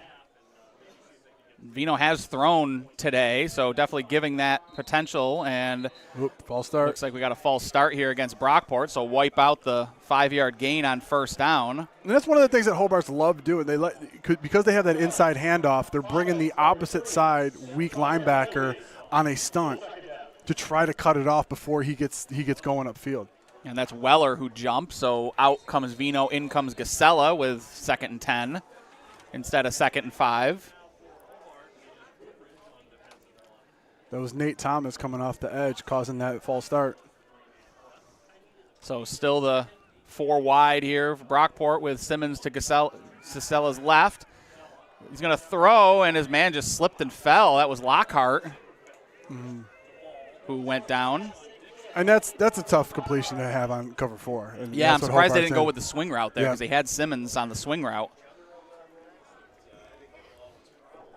Question was Gasella trying to get too much there? Is he pressing? Trying to get the penalty back almost. 3rd and 10 here for Brockport. He is going to throw, and throws downfield. Intercepted by Rock, and Rock's going the other way. He's got a host of blockers in front of him. And finally ripped down at the 15-yard line. Rock with a great interception. We've got a flag down.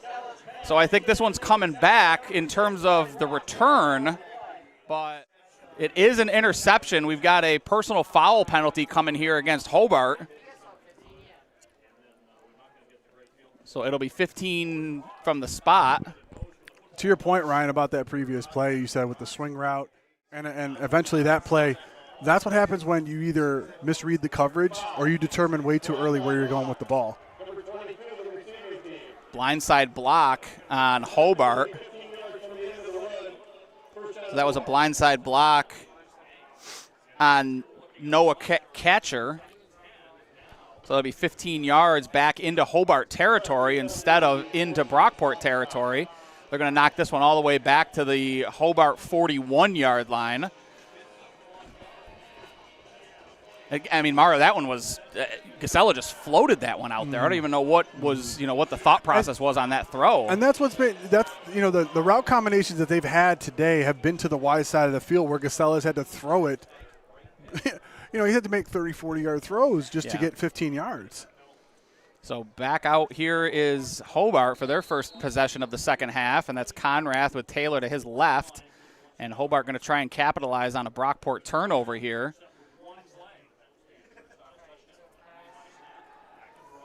And Conrath is going to step up with it, and he slides down, and he was assisted on the slide by Luca Friedman. What's one of the unwritten rules we talk about? Over a turnover, you try to get a big chunk play on the other side. They were trying to get Robertson on the bottom of your screen, but they switched to a cover 2, so you have the safety over top.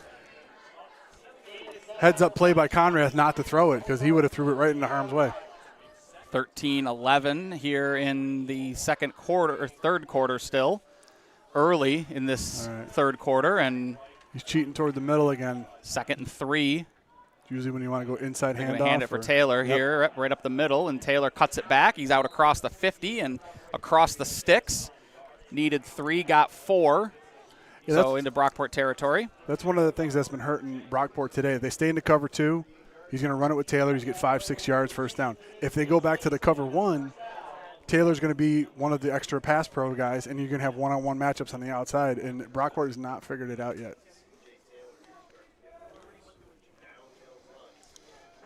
See what adjustments Coach Fox has made in this second half so far. Taylor going to have that Hobart cover 2 success. Once again. There's the snap. He's going to throw, and he's going to throw out to Taylor. That one looked like it might have gotten tipped at the line of scrimmage. If it was tipped, it was Ramirez Jimenez coming off his right side that tipped it. 12-10 left here in the third quarter. 2nd and 10 coming up for Hobart here as they're trying to capitalize on a Ben Gasella interception. A little bit of talking, too, on the way back to the huddle from Harding and Snell on that. We're going to keep an eye on that. Number 3 for Hobart, number 26 for Brockport.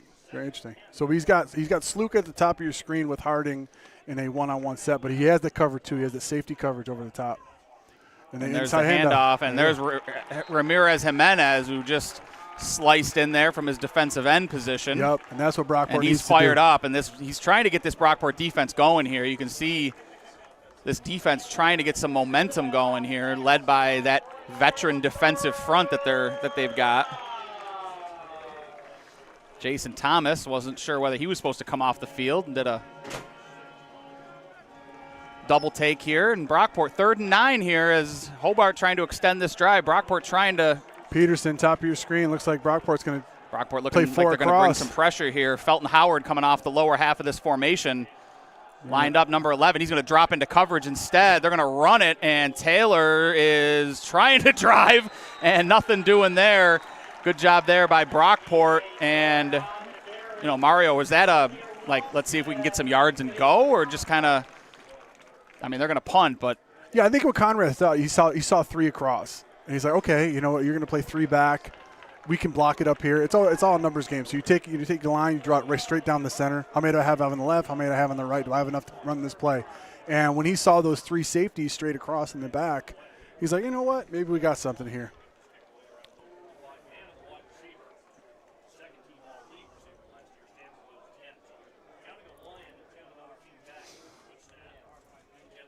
Little pooch punt here. He gets another crack at a pooch punt. He had a bad one the first time. This one's going to carry him out of bounds at the 17-yard line, and that's where they actually went the 16-yard line. That's where Brockport's going to take over for their second drive. So Casella throws the interception. The Brockport defense gets the ball back. That's all you can ask for as a quarterback is give me another crack at it. Yeah. But we did not see an Isaiah Simmons carry on that first drive of the half for Brockport. So maybe trying to settle Casella down a little bit. I'm not sure what was going on there, but you got to think they're going to go to Casella or to Simmons. You got Vino who checks in to the game. Yeah, the last 2 passes that Casella has thrown, it seemed like the read wasn't made. He was already predetermined who he wanted to throw the ball to, and one was an incomplete, one was an interception. So Vino and Manna goes in motion. And another false start here. Brockport can't seem to get out of their own way. And this is when you have 2 quarterbacks. The cadences are vastly different, so it's interesting to see how that happens. But it was an interesting look, though, because they have not gotten Manna involved yet offensively, and they did try to motion him almost to give a jet sweep look or a push pass look on that one. So we'll see if they go back to that. And Manna, Xavier Smith checks out. They bring in a 5-wide set here. They got a 3-man front. Looks like they're going to go with a cover 1. Well, sure, because they got Vino still in the game. Fake the handoff, and they're going to throw it. There's Manna. Manna breaks a tackle, breaks it to the outside. A little bit of room to run, a little stutter step, and breaks another tackle. So he's going to get the penalty yardage back +1. Nope, right at the line of scrimmage, the original line of scrimmage. So I'll tell you what, Alex Smith made a heck of a play coming up from his linebacker spot. He just couldn't make the tackle. You know what? I don't blame him. Manna makes a lot of people miss. Vino stays in the game. Simmons to his left. Simmons actually shifts to the right side here. 2nd and 10 for Brockport. This gives them more room if they want to go with that inside handoff when they pull the guard for the trap. It gives them a lot more room at the top of the open side of the field. He's going to keep it this time, and he's going to get around the edge, and he's met right at the 20. So about a 4-yard gain there, maybe 3 yards. Number 5, Zayshawn Dixon. And boy, he's one of those big corners. Yeah, Vino's a good runner. He's just, he's not super quick around the edge. So good job there by Hobart to pursue and cut him down. 3rd and 7, and Vino stays in the game. We have seen him throw a couple times. Yeah. Well, what you're going to get is a one-on-one matchup with the lengthy Dixon on the bottom of your screen. It looks like number 18, Nathan Williams. Williams had a big game last week, and he's been quiet so far today. There he goes. That was a really late throw. That was I'm not sure what Vino was doing there. That would have been, I think, ahead of the line of scrimmage anyway. Yeah. Looked like there was a little bit of indecision, a little bit of breakdown in the blocking. And Brockport is forced to punt here. Brockport's going to give the ball back here.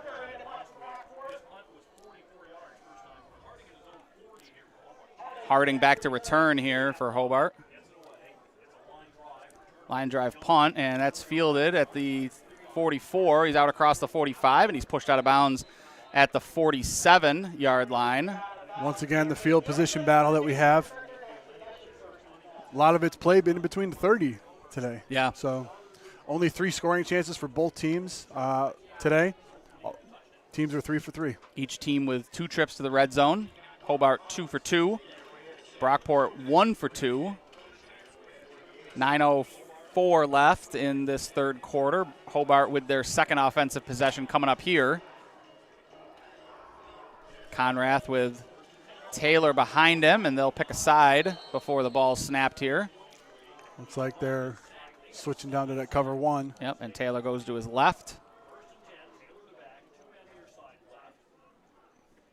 Brockport showing pressure, and they're going to back off it. Deep throw.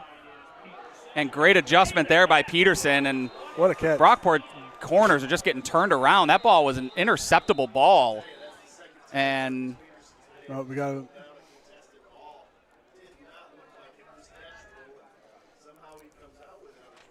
That was 29 in coverage for Brockport. That was Jonathan Otu. Yeah, it's interesting. They're having some kind of discussion. I don't know what about. So Otu was in coverage, and he just got twisted around. I thought that was an interceptable pass for him if he could catch it. Sideline warning for Brockport. Yeah, very uncharacteristic of a Mike Fox defense. It seemed like they came out in cover 1. They ended up being a cover 3. You're supposed to be in that zone. That's your ball. Yeah, some of these corners thrust into playing today with Elijah Grooms out.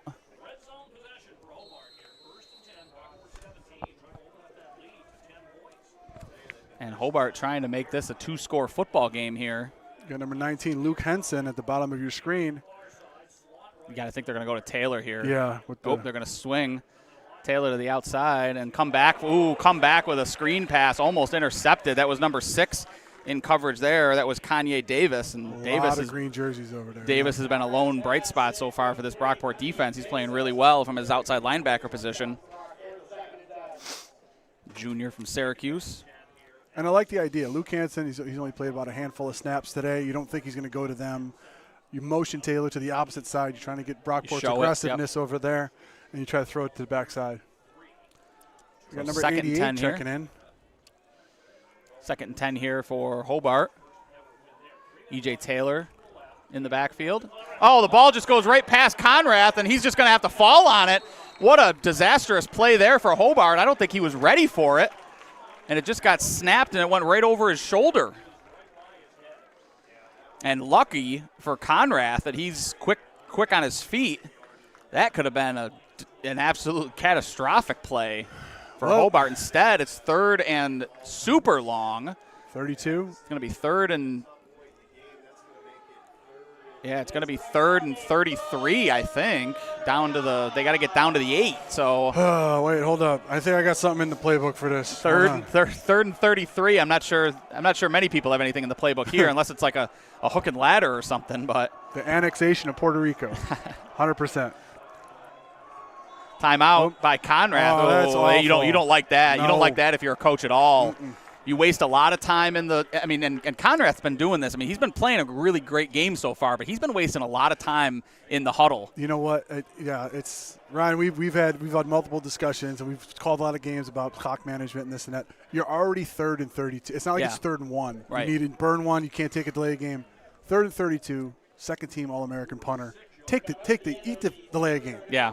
You're done. Just eat the delay game. Don't waste the timeout. Oh, it seems like that's what he did. They did not call a timeout. Excuse me, guys. He did take the 5, so good on him. Okay. All right, so 3rd and 36, or 38.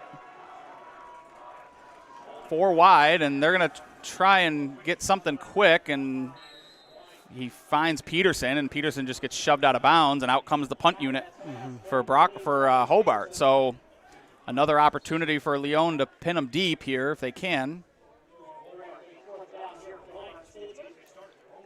So a uncharacteristic snap goes over Conrad's head. You were initially on the 17-yard line. You think, we got 3 points. Let's try to go for 7. Now you're punting. So. And it's been a comedy of errors for these two teams here. Neither team wants to win this football game the way that they're playing.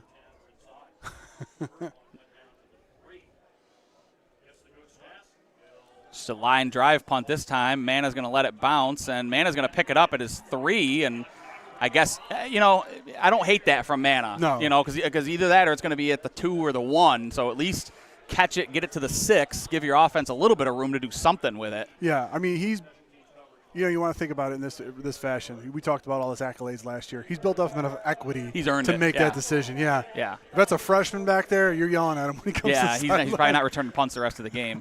So Vino still the quarterback here. You wonder if it's got something to do with Gasella's 2 picks. Gasella is on the sideline with his helmet on, standing with the other quarterbacks. So there's no injury concerns there. But it's been Anthony Vino. And Vino takes a snap. He's going to give it to Simmons. Simmons tries to find some room and buries his head, pushes forward. Good job there by Isaiah Simmons. Picks up 5 on the play. So good job by Simmons to get some positive yardage there. Brockport's been thirsty for yardage. Vino still in the game here. I mean, Mara, if you're Coach Mangoni, it's a 3-point game. Your quarterback's already thrown 2 picks. It makes sense that you stick with Vino here, right? I mean, you can't have those mistakes in a close game like this. Not when you've got that guy that you can hand the ball to and he can go all the way down the field for you. Absolutely. If you need him to. We'd be remiss if we didn't mention the fact that Vino's legs is opening up some opportunities for Simmons on the field. You know what? I don't know what happened on the sideline. I don't know what's going on. I'm just going on what I see, and what I see was a little bit indecisive in his decision making. He threw that first pick. How did he react on the sideline when he came over? Like, I'm going to talk to him and be like, okay, how are you feeling? If he puts his head down, rolls his eyes, or does whatever he has to do, I'm going to go with another guy. Yeah. We have seen Vino. He's thrown 2 passes so far today, so he can throw, and here he is if he needs to. And he'd rather do this, and I'm not sure what that was. The ball came out, but they're going to call that a catch. Was he behind the line of scrimmage on that? It was underhand. Does that matter? I don't know. He can make it pass for a I don't know. I'm used to watching Josh Allen and Patrick Mahomes make those throws, but they're usually behind the line of scrimmage when it happens. So. I mean, this is customary what happens. If you're a guy that comes in to sub the starter. 7 yards. Yeah, well, if you're a guy that comes in that subs the starter, you don't get many chances to have a kind of consistent snaps and this and that. So you're trying to play playground ball when you're out there. High snap, and he's going to hand it to Simmons. Simmons bounces it to the outside, lowers his shoulder, pushes forward, and Simmons is going to have a first down. So Isaiah Simmons, again, with some positive yardage here. I'll tell you what, Ryan, Simmons, for being 178 pounds and 5'8", drags defensive linemen quite a bit. Yeah, I mean, Simmons, he's running, kind of like we used to see from Code. Jale Code, but Code was 20 pounds heavier than Simmons. 4:25 as the clock continues to run here for Brockport, looking to do a sustained drive and get some points, give their defense a little bit of a break. And Vino is going to just kind of toss it towards the sidelines and out of bounds. Good job there. That was number 1, Alex Smith, who just shoved Mana out of bounds, and good job there. Otherwise, that would have been a first down. And that's the kind of play that you have to design for Vino. He's rolling to his right. You have a levels concept. One guy's going deep, one guy's going 15-yard out, one guy is a 5-yard out. Let him read high to low or low and high, and then he can make the throw. He made the throw, just a little bit late. Yeah, and you talk about the quarterback situation. I mean, Coach Mangoni has always been more comfortable with a Vino type of thrower than he has been a Gasella, a pocket passer. And there's a nice little seam route. What a catch there by Lockhart. Excellent catch. And those are the plays that we've seen time and again from this Brockport offense over the last few seasons. That little seam route where you just kind of drop it between the linebacker and the safety. And Lockhart does a wonderful job to just go up and get that one. A high ball, but boy, what a catch by Lockhart to hang on to that one. The presence of Simmons, and that's the player that Vino's reading. Simmons did a flare route on the outside. Linebacker went with him, dumped it right over his head. So now Brockport into Hobart territory, and he's going to hand it to – he's going to fake the handoff to Simmons, and there's Vino that takes a shot. Mm-hmm. And Vino's, you look at him, on the field, he's big. He's 6'2", 210, so he can take those shots from those linebackers and safeties. Yeah, and these are wins. I mean, for two teams that are eerily reminiscent, that they're very similar to each other. You're not running very much on them. Yep. Simmons has enjoyed a little bit of success. Taylor's enjoyed some success. Vino's enjoying that success right now. Yeah, I mean, this is an opportunity, right, for this Brockport offense. Their defense has held this so far in the second half. There's been a turnover, there's been a short field, and they've held. And now the offense can go, get some momentum, get some points. Yes. And it's not like this style of play that if Brockport wants to stick with Vino for the rest of the game in this style of play, you're down 3. You're not down 30. Right. You're not poised in a position where you have to throw the ball. And let's not forget, I mean, Brockport's perfectly comfortable playing this game. Oh, absolutely. They're perfectly comfortable playing this game where they don't throw the ball a whole heck of a lot. Yeah. This is a team that, they're 3 seasons removed from Jale Code having the most carries in Division III football history. So if the strength of this Hobart defense, Vino dancing, breaks a tackle, and can't get away from that second defender, so it's going to be 4th down here It's going to be 4th and 6, and now it's decision time for Coach Mike Mangoni, or Jason Mangoni. Yeah, the one thing that we've seen as far as this Hobart defense is concerned is their secondary has been very, very – the strength of their defense. Well, if you're running the ball all the time, you're taking their secondary out of the game. Now, so this is interesting. Now, a reminder, though, so we've seen the first game. Vino's the quick kick quarterback. Yes. So Vino being on the field, he's the quick kick quarterback, and Coach Mangoni likes that to try to pin teams deep. So don't be surprised. He don't look like he's in quick kick Don't be surprised. Oh, over the middle and just tipped. That was number 8, Minsterman, who got his hand on that, and that's a turnover on downs for Brockport. So that ball was tipped over the middle. He had his man, but that was Nathan Williams that he's intended for. Yeah, I think as far as what that statement said for Hobart is that, let them go for it all the time. And when they cross over. Now, when you cross over as a Hobart offense, you may be at the 45. Oh, we're going to take a shot on this 4th down. What happens? Yep. Our defense can hold them. We're fine. So, it's going to be interesting to see how Brockport adjusts after being given a gift, essentially, on that fumble that went over Conrad's head. See how they adjust here. They look like they're showing a cover 2. 143 inside. 143 left. There's the scat back.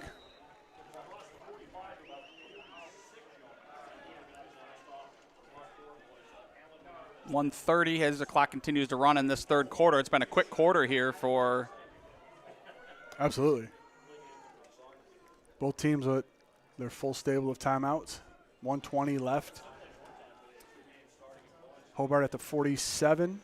Uncharacteristic. Coach Mangoni is down talking to the offense here during this break, and it looks like Coach Fox is down on the sidelines for this second half, which he's usually in the booth. Yeah.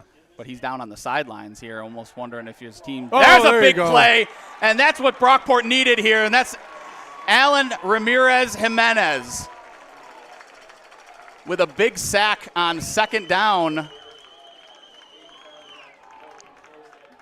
And boy, he missed the first defender, kind of flew by him, but Ramirez Jimenez just kind of busts in there and makes a huge play, the senior.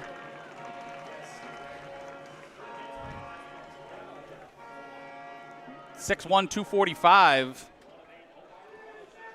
Clock continues to run. They will have to snap it. There's just a slight delay between the play clock and the game clock. And they've got here's a different quarterback in, True Styles, who had the touchdown run, and he's hemmed in, only picks up 2. So again, Brockport defense holds on third down. You have the punter that you have on your team, the way your defense is playing today. Hobart then in this last quarter could take as many chances as they want within reason, albeit being a 3-point lead. If they're able to get another score, they can take a bunch of chances. But like we said, as we go to the fourth quarter. So here's the end of the end of the third quarter. We're going to give our second half sponsors a shout out here, as we'd be remiss to, as Bill Gray's Restaurants. Enjoy a Bill Gray's great plate every Tuesday and Sunday at Bill Gray's. Get 2 Bill Gray's cheeseburgers on top of home fries and mac salad, loaded with your choice of toppings, including Bill Gray's famous meat hot sauce, for only $9.99. Gimme Bill Gray's. Boy, Mario, we've been doing these games for a long time, and we've been eating Bill Gray's for a long time too. Bill Gray's seems like they're kind of inflation-proof here. It's been a $9.99 plate for Bill Gray's on Tuesdays, and they've added a day. Last year it was just Tuesdays. Now it's Tuesdays and Sundays. So if you're looking for a good meal, stop by Bill Gray's. So see you there tomorrow? Yeah. Okay. Why not? I got you. Go watch the Bills game and grab a plate. And going back to your point of Mangoni talking to the entire offense, that's a lot of times you see that with a head coach is when reality doesn't meet expectation. Yeah. Like, hey, guys, I know you could play better than this. What is going on? What needs to light this fire? And Mangoni actually came over at one point. I saw him break away from the entire offense, and he came over to talk to Daniel Manna. And you wonder if there's something going on there where, hey, I'm going to try and get you involved here. Like, let's get this going. Or maybe on a punt, can you give us a little bit of a jump here? And he's going to get a chance here. This one's going to bounce. That's a tough one. Yeah, he's going to leave it alone inside the 10. And Manna, again, just kind of scoops up and tries to mitigate the damage there. So it's they're going to take over at their 7-yard line. I don't know. That equity's running low. I'm just saying. I mean, I trust Mana. I will trust Mana to be my punt returner, but that's difficult. And we have seen this from Brockport. It's rare, but we've seen this from Brockport before, where Coach Fox goes down to the sideline, and they kind of split the team in half, right? And Mangoni takes the offense, and Fox takes the defense, and it's kind of let's go, boys. Make a play. We saw the defense; they've been making plays so far. We had the big sack by Ramirez Jimenez, and now you've got the offense back on the field here. Simmons and Vino. Yeah. And we'll see what Coach Mangoni saw that he liked in that last drive. Uh-oh. And they're going to hand it to Simmons, and Simmons breaks a couple tackles, and he dives forward, and he's going to get 4 out to the 11. Play blown up by Jaron Atwater coming off the edge. And then here comes Mana. He's going to check into the near slot. That's a name I usually don't want to hear in my secondary, Atwater. For you younger kids, Google that. You guys will find out who I'm talking about. Looks like Xavier Smith checks into the game as well, and they're just going to swing it to Simmons and try to make something matter here. And Simmons does a good job of getting skinny and gets through 3 Hobart defenders. They're going to mark him, it looks like an inch shy. Yeah. Oh, they're going to say first down and move the chains. So on second thought. So just under 14 minutes left in this fourth quarter. Plenty of time. You could. Now, at this juncture in the game, Mario, the way that these two teams are playing, would you rather be Brockport or would you rather be Hobart? Ooh, up 3 versus down 3. But the way these teams are playing right now. Brockport seems to have some momentum here. The defense is holding serve.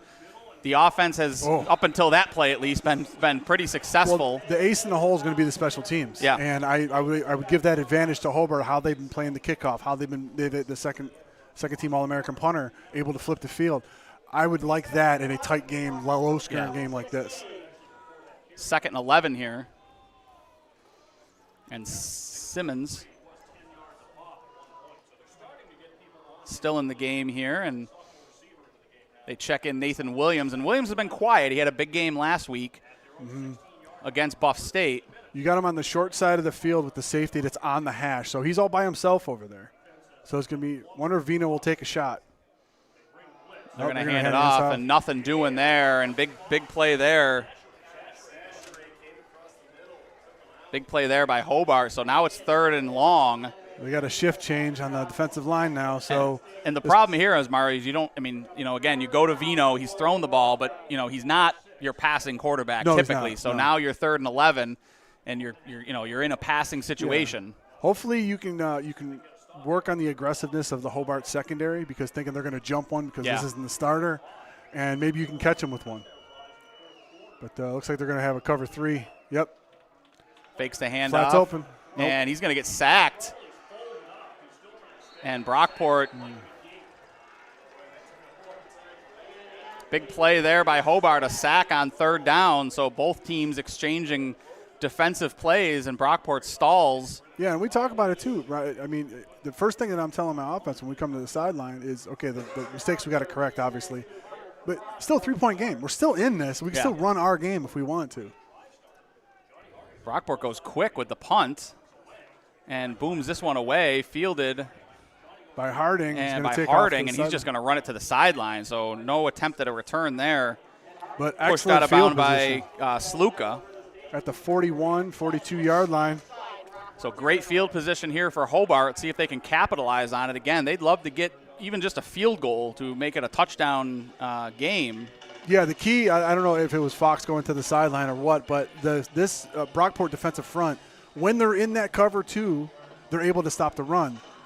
So it's interesting to see if they're going to keep remaining in the cover 2 in order to stop the run, and then he can stop the run. But look for Hobart to try to exploit that a little bit more after they fix their mistakes.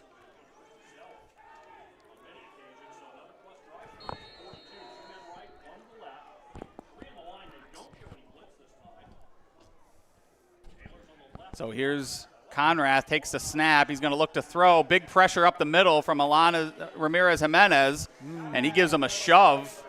So Brockport came out in a cover 2 look and then ended up playing cover 4, so the only thing that was open was underneath. And by the time he realized that he had a man in his face. And so. that's what we said at halftime, right before halftime. Try to make him go to his second read and see how he produces. Heck of a QB. He's been poised. He's been very strong in the pocket. But you got to see how do you get him on his second read. So here's Conrath. It's 2nd and 10 after the incomplete pass. He's got Taylor to his left, and he's going to give it to Taylor up the middle. And Taylor met in the backfield. That's number 7 on the tackle there for Brockport. Nazir Wilson, freshman. So great job there by Nazir Wilson. Yep. The freshman. They came out in that Twins open pistol package.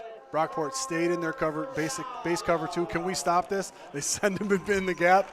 Said, I got this for you, Coach. Wilson's listed as being from Rochester, but he played at McQuaid. McQuaid, one of the football powerhouses in Section 5. So Wilson can play, that's for sure. Coach Mangoni likes the private school kids if he can get them from Rochester. 3rd and 11 here. Brockport defense looking to get the ball back for their offense. There they go. They're going to come out And here's some cover 4 pressure again. coming off the edge by number 6. Brings them down. And Kanye Davis came out of a cannon off the edge and just bended right around the tackle. That tackle had no chance whatsoever on that play. And that was one of those plays that they've been running all day where he's just been dumping it out to Taylor in the flat. Friedman stepped in front of it, and he held the ball up. Brockport with the chance to get the ball back once again. Boy, Davis, I don't know if he's heard something that he likes in that cadence, but he timed that perfectly on 3rd down. Mm-hmm. High punt, and this one's a line drive kick. This is going to bounce and carry, and a Brockport break as this one goes into the end zone. Starting at the 20-yard line, which is more than that's the best field position Brockport's had since the half started at the 20-yard line. So they finally get a break from the punter here, who's had a masterful game so far for Hobart. They've been starting their drives at the high school baseball field. Yeah, Anthony Vino's starting at his 20, and he's like, look at all this room for activities back here. I got room to move around in the pocket. You kind of open up your playbook a little bit here for Isaiah Simmons. I think you got to try to get him going. And, let's keep in mind that jet sweep motion that they showed with Mana where it was a false start penalty. Yes. I really think they want to get Mana going here because he's so dangerous in open field. Looks like they're going to go to a cover 1. And there it is, to Mana to the outside, makes a man miss, spins off another man and trying to go. And forward momentum gets him to the 20-yard line. But yeah, when you have someone as dynamic as Mana as far as the kick return game, get it to him in open space and see what happens. And then, unfortunately for them, Hobart shifted to a man look. So they were just right on him immediately. So 9:35 here left as Brockport facing a 2nd and 10. Looks like a cover 4 look for Hobart. Lockhart goes in motion. Underneath will be open. And they're going to try and hit him, and that's up and over and out of bounds by Vino. Yeah, as we talked about a little bit earlier with Conrath trying to get onto his second read, when you're a backup quarterback, you don't get a lot of reps with the first team. So you're sitting there. A lot of times you just go to your first read and you're done. So we're going to see how good the mental reps came in with Vino this week. 3rd and 10 here for Brockport. Simmons goes to the right. They're showing pressure off of Vino's left side. Looks like they're going to play cover 4 across the back end. Maybe switching to a cover 3 now. There's the snap. Vino rolls to his right. He's going to throw. He's got a man on the sideline, but that's out of bounds. So, and now we got. He had Mana on the corner route. He just didn't see him. So now here comes the punt group again for Brockport, and rinse repeat, it seems.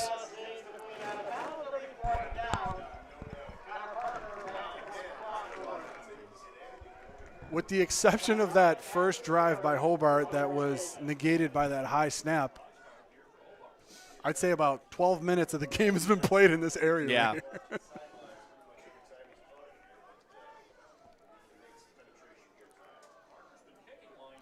Hobart looks like they're bringing pressure for this one.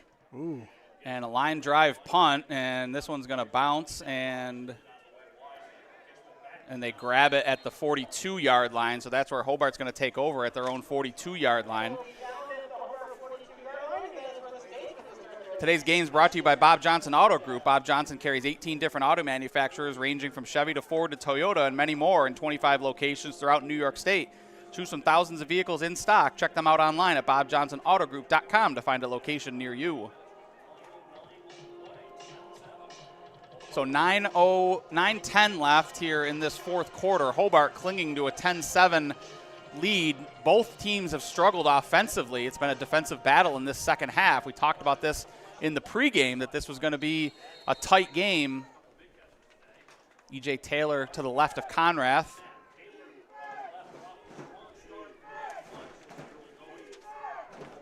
Brockport has settled down defensively. Big pressure up the middle. He takes a shot.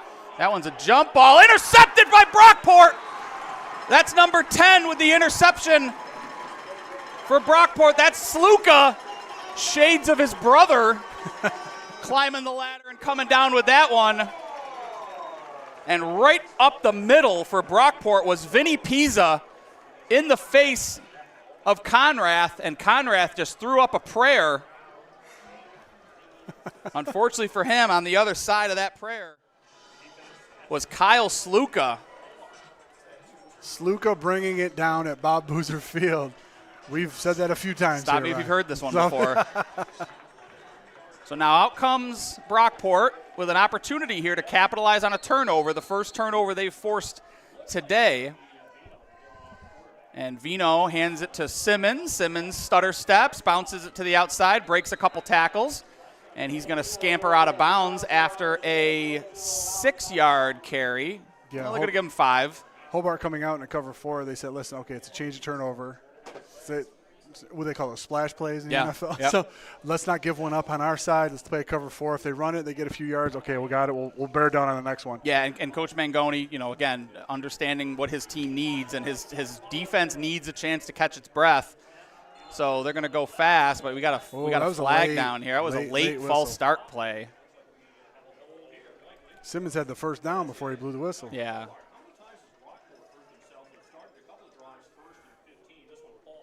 Sorry.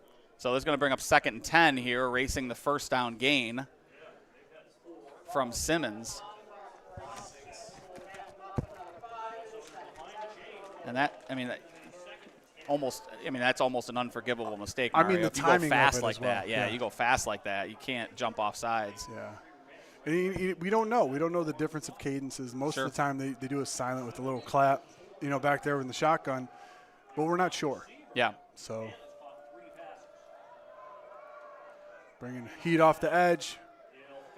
And Vino keeps it, and he's going to get a yard.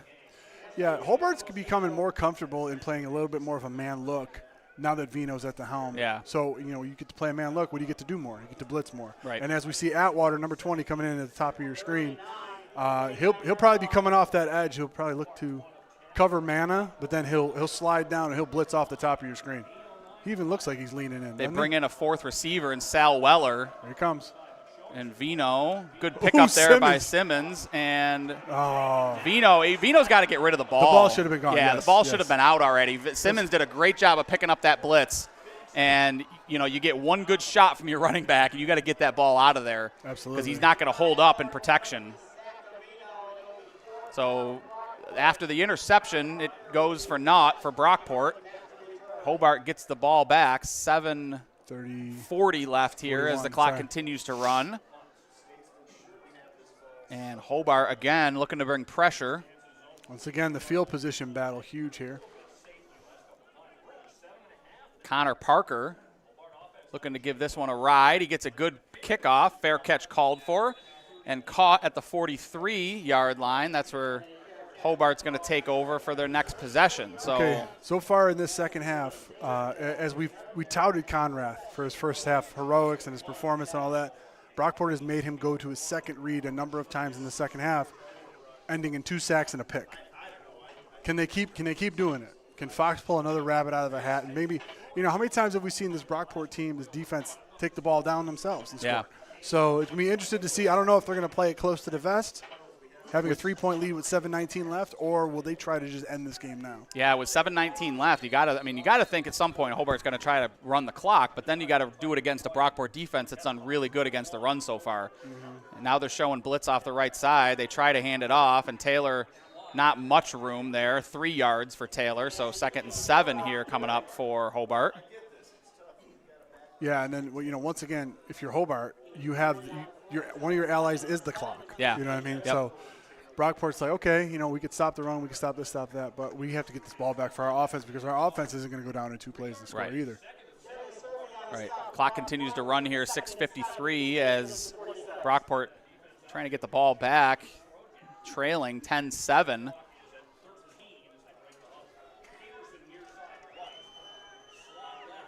So you got your Twins open once again with the H back. Brockport in their cover 2.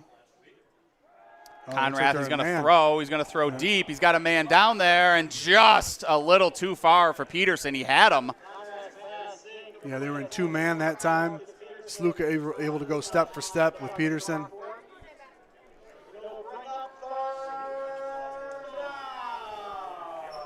So here we go. We got 3rd down and 7. Ball at the 46-yard line for Hobart. 6:29 left with a 3-point lead. Both teams with all their timeouts. You bringing pressure here, or are you waiting to see what happens? I think you got to wait and see what happens. He's been killing you on those blitz replacement. And your defensive line has done a good job of getting home. And you got 4 so wide far. with Harding on the inside receiver in the slot. So he's reading that linebacker that's at the top of his screen. He stayed. There's that bend again, and they're just going to pursue, and good job there. Luca Friedman cleans it up. That was created again by Kanye Davis, though. He kind of waited. It was a delayed blitz where he came off the edge from his outside linebacker position. He just kind of bends around that tackle. He's got a lot of bend to him and forced Conrath to step up, and then there was nothing there, and Friedman just kind of pursued and took him down. Yeah, so one of those things that Conrath was reading was the linebacker who's been coming off the edge all game, and Harding was replacing him, yet the linebacker didn't come. He stayed there. Yep. So you were right, Ryan. He was going to stay at home and read it. Mana back to return this one. And this one's going to bounce at the 17. Karam, and out of back into the end zone. And now there's a flag down on the play. We have a peel back block or some. Yeah, you got to figure it's a hold or something against Brockport here. So this one will be. Do you have a hold if there's no return? Interesting.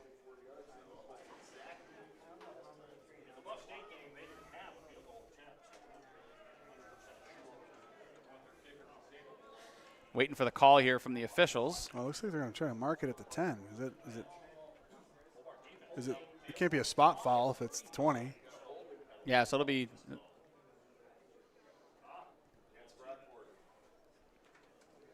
Yeah, very uncharacteristic. I mean, but that's what. I mean, is that something that's customary, Ryan, of a younger team that you have coming in? Yeah, this is a young comparatively to what Brockport is used to running out. This is a young team. I mean, they've got some key injuries too. Again, Elijah Grooms isn't playing. Marquand Fluitt not playing. So it's two extra still guys only holding them to 10 points. Yeah. I mean, it's very good. Yeah. I mean, we talk about Hobart teams that are senior laden with like 7 or 8 on offense and defense each year. So yeah. 5:39 left. Ben Gasella. Looks like it's Gasella back in the game. They want to bring another dimension to this team, and there's Simmons who's trying to find some room, lowers his shoulder, and good job by Brosco to hang on. Brockport that one, and now down, Brockport players down. And that's Caleb Bain, the center. Yeah, that's someone you can't lose at this point. Who's down. We're going to go ahead and take a break. We'll be back on the other side to check on the injury. The world's greatest cheeseburger offers Bill Gray's Great Plates, topped any way you want them for $9.99 every Tuesday and now Sunday. $9.99 Great Plates, Tuesdays and Sundays. Gimme, Bill Gray's. Bill Gray's, home of the world's greatest cheeseburger, also has Rochester's best Icelandic long-line cod haddock fish fry. Cooked to perfection. Delicious haddock fish fries and sandwiches served on a fresh-baked Apollo roll. Every day of the week, open till close. Get one today. Gimme Bill Gray's haddock fish fry. Nazaruk. Yep. All right, we're back here as Caleb Bain gets up and jogs off. His helmet's already on. He's ready to go back out, but he's got to wait at least a play. Nazaruk checks into the game for him. So change at the center position. Going to be paramount here. 2nd and 8 here for Ben Gasella at quarterback, who checks back into the game. And he's going to throw to Simmons in the open field. Simmons cuts it back to the middle of the field, makes a man miss, dives forward, and he's got enough for a first down. So and Brockport Bain returns. And now back in comes Bain, the senior from Jamestown. Oh, the one place that this team is, is senior laden is this offensive line. There's 3 out of the 5 that are fresh or seniors, 1 junior, and you've got 1 lone freshman starting across the offensive line, which is a big feat in a Mangoni offense. And there's Gasella. He finds Weller, and Weller, a nifty little move there in the open field. He gets out to the 30-yard line, so 8-yard gain on the play. They're going to bump it back to the 29, so 7-yard gain. Billy Brosco going off to the sideline. Now Hobart bringing in their version of a NASCAR package to try to get after Gasella. Once again, they love blitzing off the top of the formation, off that slot. And here they comes. And that's they're going to hand it to Simmons, and Simmons finds a crease, lowers his shoulder, and he's out to the 35-yard line. So now all of a sudden, you've got some momentum on the offensive side of the ball. You're out to your own 40-yard line after starting at your 10. Oh, yeah. And now you look at the clock, Mario, 4 minutes left as this clock continues to run. So if you're Hobart, that's got to be in the back of your head if you're the coach absolutely. As well. Yeah.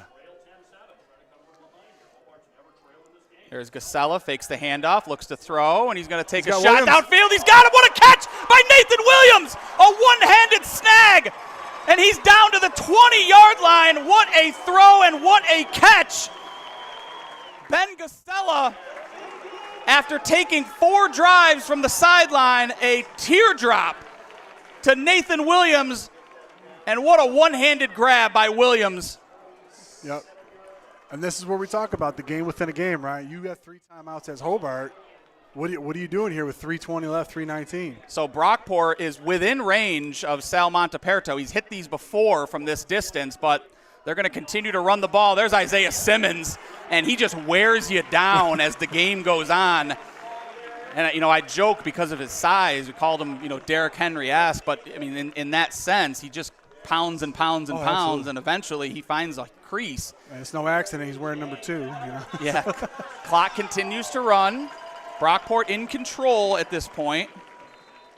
And now we're going to get a timeout from Hobart. So now their coach wants to give his defense a blow here. This is a double dip timeout because he knows it's 2:46 left. If they score, I got to leave myself enough time on the other side. So we're gonna stay here. We're gonna give our second half sponsor another shout out here, and that's Bill Gray's. Bill Gray's Restaurants. Bill Gray is home of Rochester's greatest cheeseburger. Also has Rochester's best long line haddock Icelandic fish fries and sandwiches, cooked to perfection and served with fries and coleslaw. Available every day of the week. Get one today. Gimme Bill Gray's. And maybe for the last time, we'll give our game sponsor a shout out. Game sponsor this week is today's game brought to you by Bob Johnson Auto Group. Bob Johnson carries 18 different auto manufacturers, ranging from Chevy to Ford to Toyota, and many more in 25 locations throughout New York State. Choose from thousands of vehicles in stock. Check them out online at bobjohnsonautogroup.com and find a location near you. So Brockport, 2:46 left. They've got all their timeouts. A Nathan Williams catch got them down to the 22, and an Isaiah Simmons run has gotten them to the 13. So they are in the red zone. Ben Gasella. We got Xavier Smith, who loves to come across on that trap play for Simmons. Here comes motion from Williams. They're going to sweep and it. They're going to run it, and Isaiah Simmons wrapped up and brought down a touchdown-saving tackle there. And that was Zeshaun Dixon. So it looks like a first down for Brockport. With 2:20 left. They're going to mark them a yard shy of a first down, and that's big. They can still get a first down if they want it. Gasella with the ball. And they're going to send Williams in motion again and just hand it to Simmons up the middle and in. Isaiah Simmons with his second of the day. And Brockport punches it in. 13-10. Are we playing a little chess on the Hobart sideline? They just let him in. It looks there? like they might have just let him score. They didn't put up much of a resistance I there. can understand that if it's a 50-49 game. Sure. But this has been a highly contested. Your offense hasn't done a lot this quarter. And you're not going to go down 3. You're going down 4. Yeah, so exactly. you need a touchdown here if you're Hobart now, assuming the extra point. Although it's a big assumption. Division III is always an adventure with the kick. Kick is up. Kick is good. So Brockport 14-10 after trailing from the first drive of the game. They have been trailing this football game, and just like you drew it up when they pulled him, Ben Gasella steps in a big moment and leads his team down the field with just a beautiful pitch and catch to Nathan Williams that set them up in the red zone, and Isaiah Simmons took it from there and punched it in. Isaiah Simmons up over 100 yards rushing on that drive. So Simmons back-to-back games of 100 yards or more and 2 touchdowns or more. Yeah. And Brockport's got to give the ball back to Hobart with 2:13 left. Hobart's got 2 timeouts. Brockport's got 3. And Hobart needs a touchdown. So they've gotten big chunk plays, but most of those came in the first half, Mario. Yeah. We haven't seen the big many chunk big passing plays haven't really arrived here due to the adjustments that the Brockport defense has done here. And, it seemed like a lot of the second half, Hobart was content. We don't get a first down. That's fine. We're good. We're still up 3.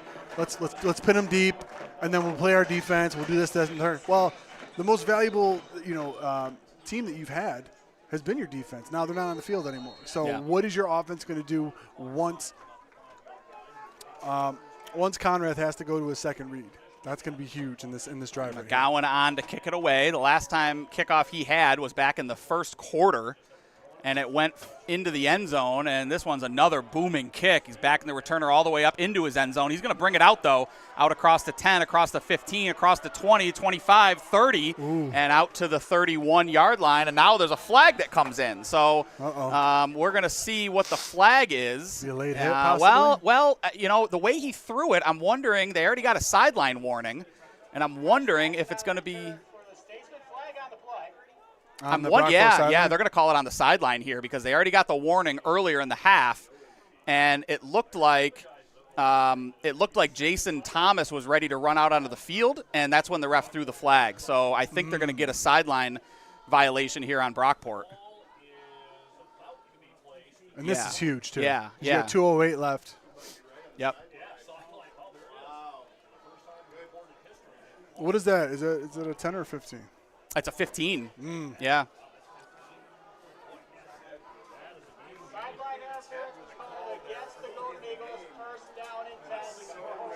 So now you had the ball at the 30, the 33-yard line, and now it's at All I'm saying is most of the penalties in football when you cross a line are 5 yards. I'm just saying. Yeah. And that's the only one that's 15. Yeah, I mean the justification there is it's an injury risk, right? Yes, true. You don't give the runner time, room out of bounds. So now the game changes a little bit, right? So it's 2:08 left. Hobart's got 2 timeouts. Brockport's got 3. Now you're a yard away from crossing midfield, but you still need a touchdown, right? So, Conrad still is going to have to pass this football, but you open up the run a little bit with being closer. And if they do get a big chunk play, it's Brockport going to use their timeouts. Yeah, and there's the throw, and there's the catch by the tight end, and that's number 88, Luke Hescock, on the catch, his first catch of the game, senior, 6'5", 240.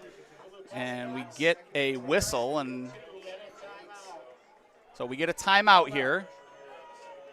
And I think the timeout – 2-minute warning. So the 2-minute warning. Well, the college doesn't want it called the 2-minute warning. They want it called the 2-minute timeout. But, we're going to do a 2-minute warning because that's what it is. So 5-yard gain on that play, and, they're going to try to work the middle of the field, it looks like. They're not worried about the clock. All right, Ryan, decision time. You're Brockport. You got 3 timeouts. They're on your 45. What is it going to take for you to call a timeout here? Probably into the red zone. Into the red zone? Yeah.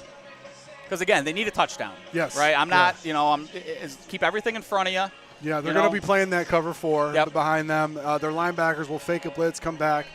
They may even risk, doing a switch with a tight end, twist on the inside.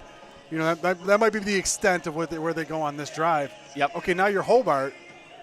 You have 2 timeouts. You're down 7. Are you still running routes in the middle of the field here? Yeah, I think you have to. Okay. Yeah, with 2 timeouts. Now, if you're Brockport, if you're watching, the player to keep an eye on is right here in front of us, number 6, and that's Kanye Davis. Kanye Davis has been wreaking havoc in the second half, coming off the edge. So they like to line him up wide and then bring him. So right now, looks like he's what lined they're doing up. now. Yeah. That's Luka's man all day. Yep. He's just going to run in and blitz. Yep. So this is a different look for them. Now they're going to try and bring him inside. There he comes. And have him come around the end and see if he can cause some havoc. Here he comes. They keep the tight end. Deep pass, and that's way too far. That's way too far. So this is going to bring up 3rd and 5. They tried to get a big play, which makes sense. Second 5. It was max protect. He only had 2 go routes on each side because they wanted to max protect it to see if they can get a big chunk play, which is smart. That's smart to do. Yep. But now you got a 3rd down and 5. Now you have to throw. Yep. If you're Hobart. Yep. Because you haven't been able to run for 5 yards in this half. Yeah. So big 3rd down here. Once again, you got Peterson and Sluka at the short side at the bottom of your screen. And here's Davis, who gets the matchup he likes on that right tackle. Jameer Clark's in the middle of the field. Here comes the one-on-one. And they're bringing it. And here comes they helped. And there goes Alan Ramirez. Boy, that was if you watch that play again, that was created because they brought 2 guys to the right side of the field to try to neutralize Davis. And Ramirez Jimenez just filled that role and came right up the middle at Conrath. So they were so worried about Davis coming off that edge. 4th and 5, and Peterson's 2 out after timeouts left 2. for Hobart. So you think, not ball game here, but, certainly the biggest play of the game so far. Oh, absolutely, yeah. And you got number 88 coming in, Luke Hescock, 6'5", 240. He can pose a matchup problem. And he was the last time they went right across the middle on a little drag route to him on 1st down for 5 yards. And that might be what they do now. Conrath in the shotgun. Here he comes. We got a flag here on the play. The delay a game. They're going to get him for a delay a game. So Brockport. I don't know how you can't get your play in. It's been a struggle for Conrath all game. He's still young. Remember, this is only his 2nd career start. And, the one thing that Coach Fox does is in the 4th quarter, if it's tight, he makes it tough on these quarterbacks because he throws a lot of different looks at them. He's trying to disguise. Ryan, 9 years at Bob Boozer Field. This is probably one of the top 5 performances we've seen from an opposing quarterback. Absolutely. Conrath has played a wonderful game Not here. named boys. Yeah. 4th and 10, pressure showing from Brockport. Extra pressure coming off the corner they're showing. And they're bringing it right up in his face. And incomplete. And no flags on the field. And Brockport, the defense stands when the defense needed a stand. Some miscommunication out there with Harding. He was running a quick, deep out, and Conrath threw a flag route, and that's why he had to try to adjust to it, and that's why I was overthrown. Now, this game's not over. 1:43 left. Hobart's got 2 timeouts, so if Brockport tries to milk it, 3 and out here, they are going to have to give the ball back to Hobart. And Hobart has had success deep in this football game in the second half. Yeah, 1 first down will end it. And you got to think it's going to be Isaiah Simmons, and it is. And there's Isaiah Simmons, buries his head, forces the timeout. So exactly how you're drawing it up here. 1:38 left. How huge is that timeout earlier in the game? Yeah, that they took on you talked about it, and it was early in the second half that he took that timeout, and now it's come back. So Brockport, we talked about it pregame, right, Mario? Like this is the best team that Brockport's going to see probably until they run into Cortland later on in the season. I mean, Hobart, they lost to Alfred last week, but they had 3 turnovers, and those are games. When you play a good football team, you're supposed to lose. Completely outgained them in every facet of the game, too. Yep. Hobart dominated that game last week. And to their credit, they came into this field against this defense, and their sophomore quarterback has played very well today. Oh, absolutely, yes. And it's just, the dynamic shifts when Coach Fox sees something and says, I'm coming to the sideline for the second half. That defense just took on a different form, and Conrath didn't know how to adjust to it. Well, we have to mention also in 2019 when the last time these two teams met and Hobart was able to defeat Brockport. Brockport went on an 8-game winning streak, ended up making it to the second round of the NCAA tournament. So this Hobart team is one that can make a deep run if they start stringing some wins together. Simmons takes the counter, and he's going to get up to about the 40.5-yard line, which means it's going to bring up third down. And this is when they're choosing not to use their timeout, which is okay at this point, right? Because at some point, at some point the clock's going to run for 40 seconds, right? Because you've only got 2 to use. You only had 2, Yeah. You've only got 2 to use. So that's the one you got to stop. So this is the one you need to stop. And he's going to take it down to inside of a minute. He can get it down to 50 seconds.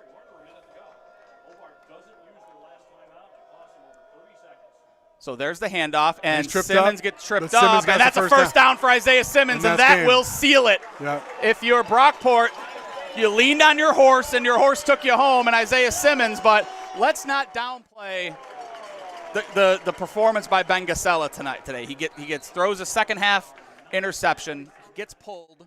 They go vino for most of the way, and then when they needed a touchdown, they brought Gasella back into the game. He stepped up. He played well. You know, it could be one of those things. No, you know what? You're in the thick of it. You're kind of, as a quarterback, you're thinking about 65 different things. You just threw a couple picks. You're upset at yourself. You step back and you watch that third quarter, and you're like, oh, that's open. That's open. That's open. All right, let me see if I can do it now. Yeah. So victory formation here for Brockport. Gasella takes a knee, and that will do it here as the Golden Eagles, you don't want to say escape because they played a decent football game, but they had a lot of mistakes today. The 2 interceptions, they had a lot of penalties. Yeah, this Hobart team can go on a run. This is a very good team. This is a really good Hobart football team. Again, one of the better tests that Brockport will see for some time. Next week, it's a trip to Utica where they will face the Pioneers on the road. And Brockport starts Empire 8 play next week. But for now, they get to 2-0. They will, again, depending on what happens in front of them, they could move into the top 25, depending on what happens in front of them. But Brockport escapes 14-10, and we're going to see you in 2 weeks here as they are back at Bob Boozer Field. It's going to be homecoming in 2 weeks, so we'll see you there. For now, this has been the Rock Sports Network broadcast. Joel running the camera, Gary making sure everybody behaves themselves and does their job. For my partner, Mario Granata, I'm Ryan Lasel, and my little guy, Evan, was helping me with stats all game today. So thanks very much for everyone who tuned in on Facebook and YouTube. We'll see you in 2 weeks. This has been the Rock Sports Network Golden Eagles Game of the Week, brought to you by Bob Johnson Auto Group.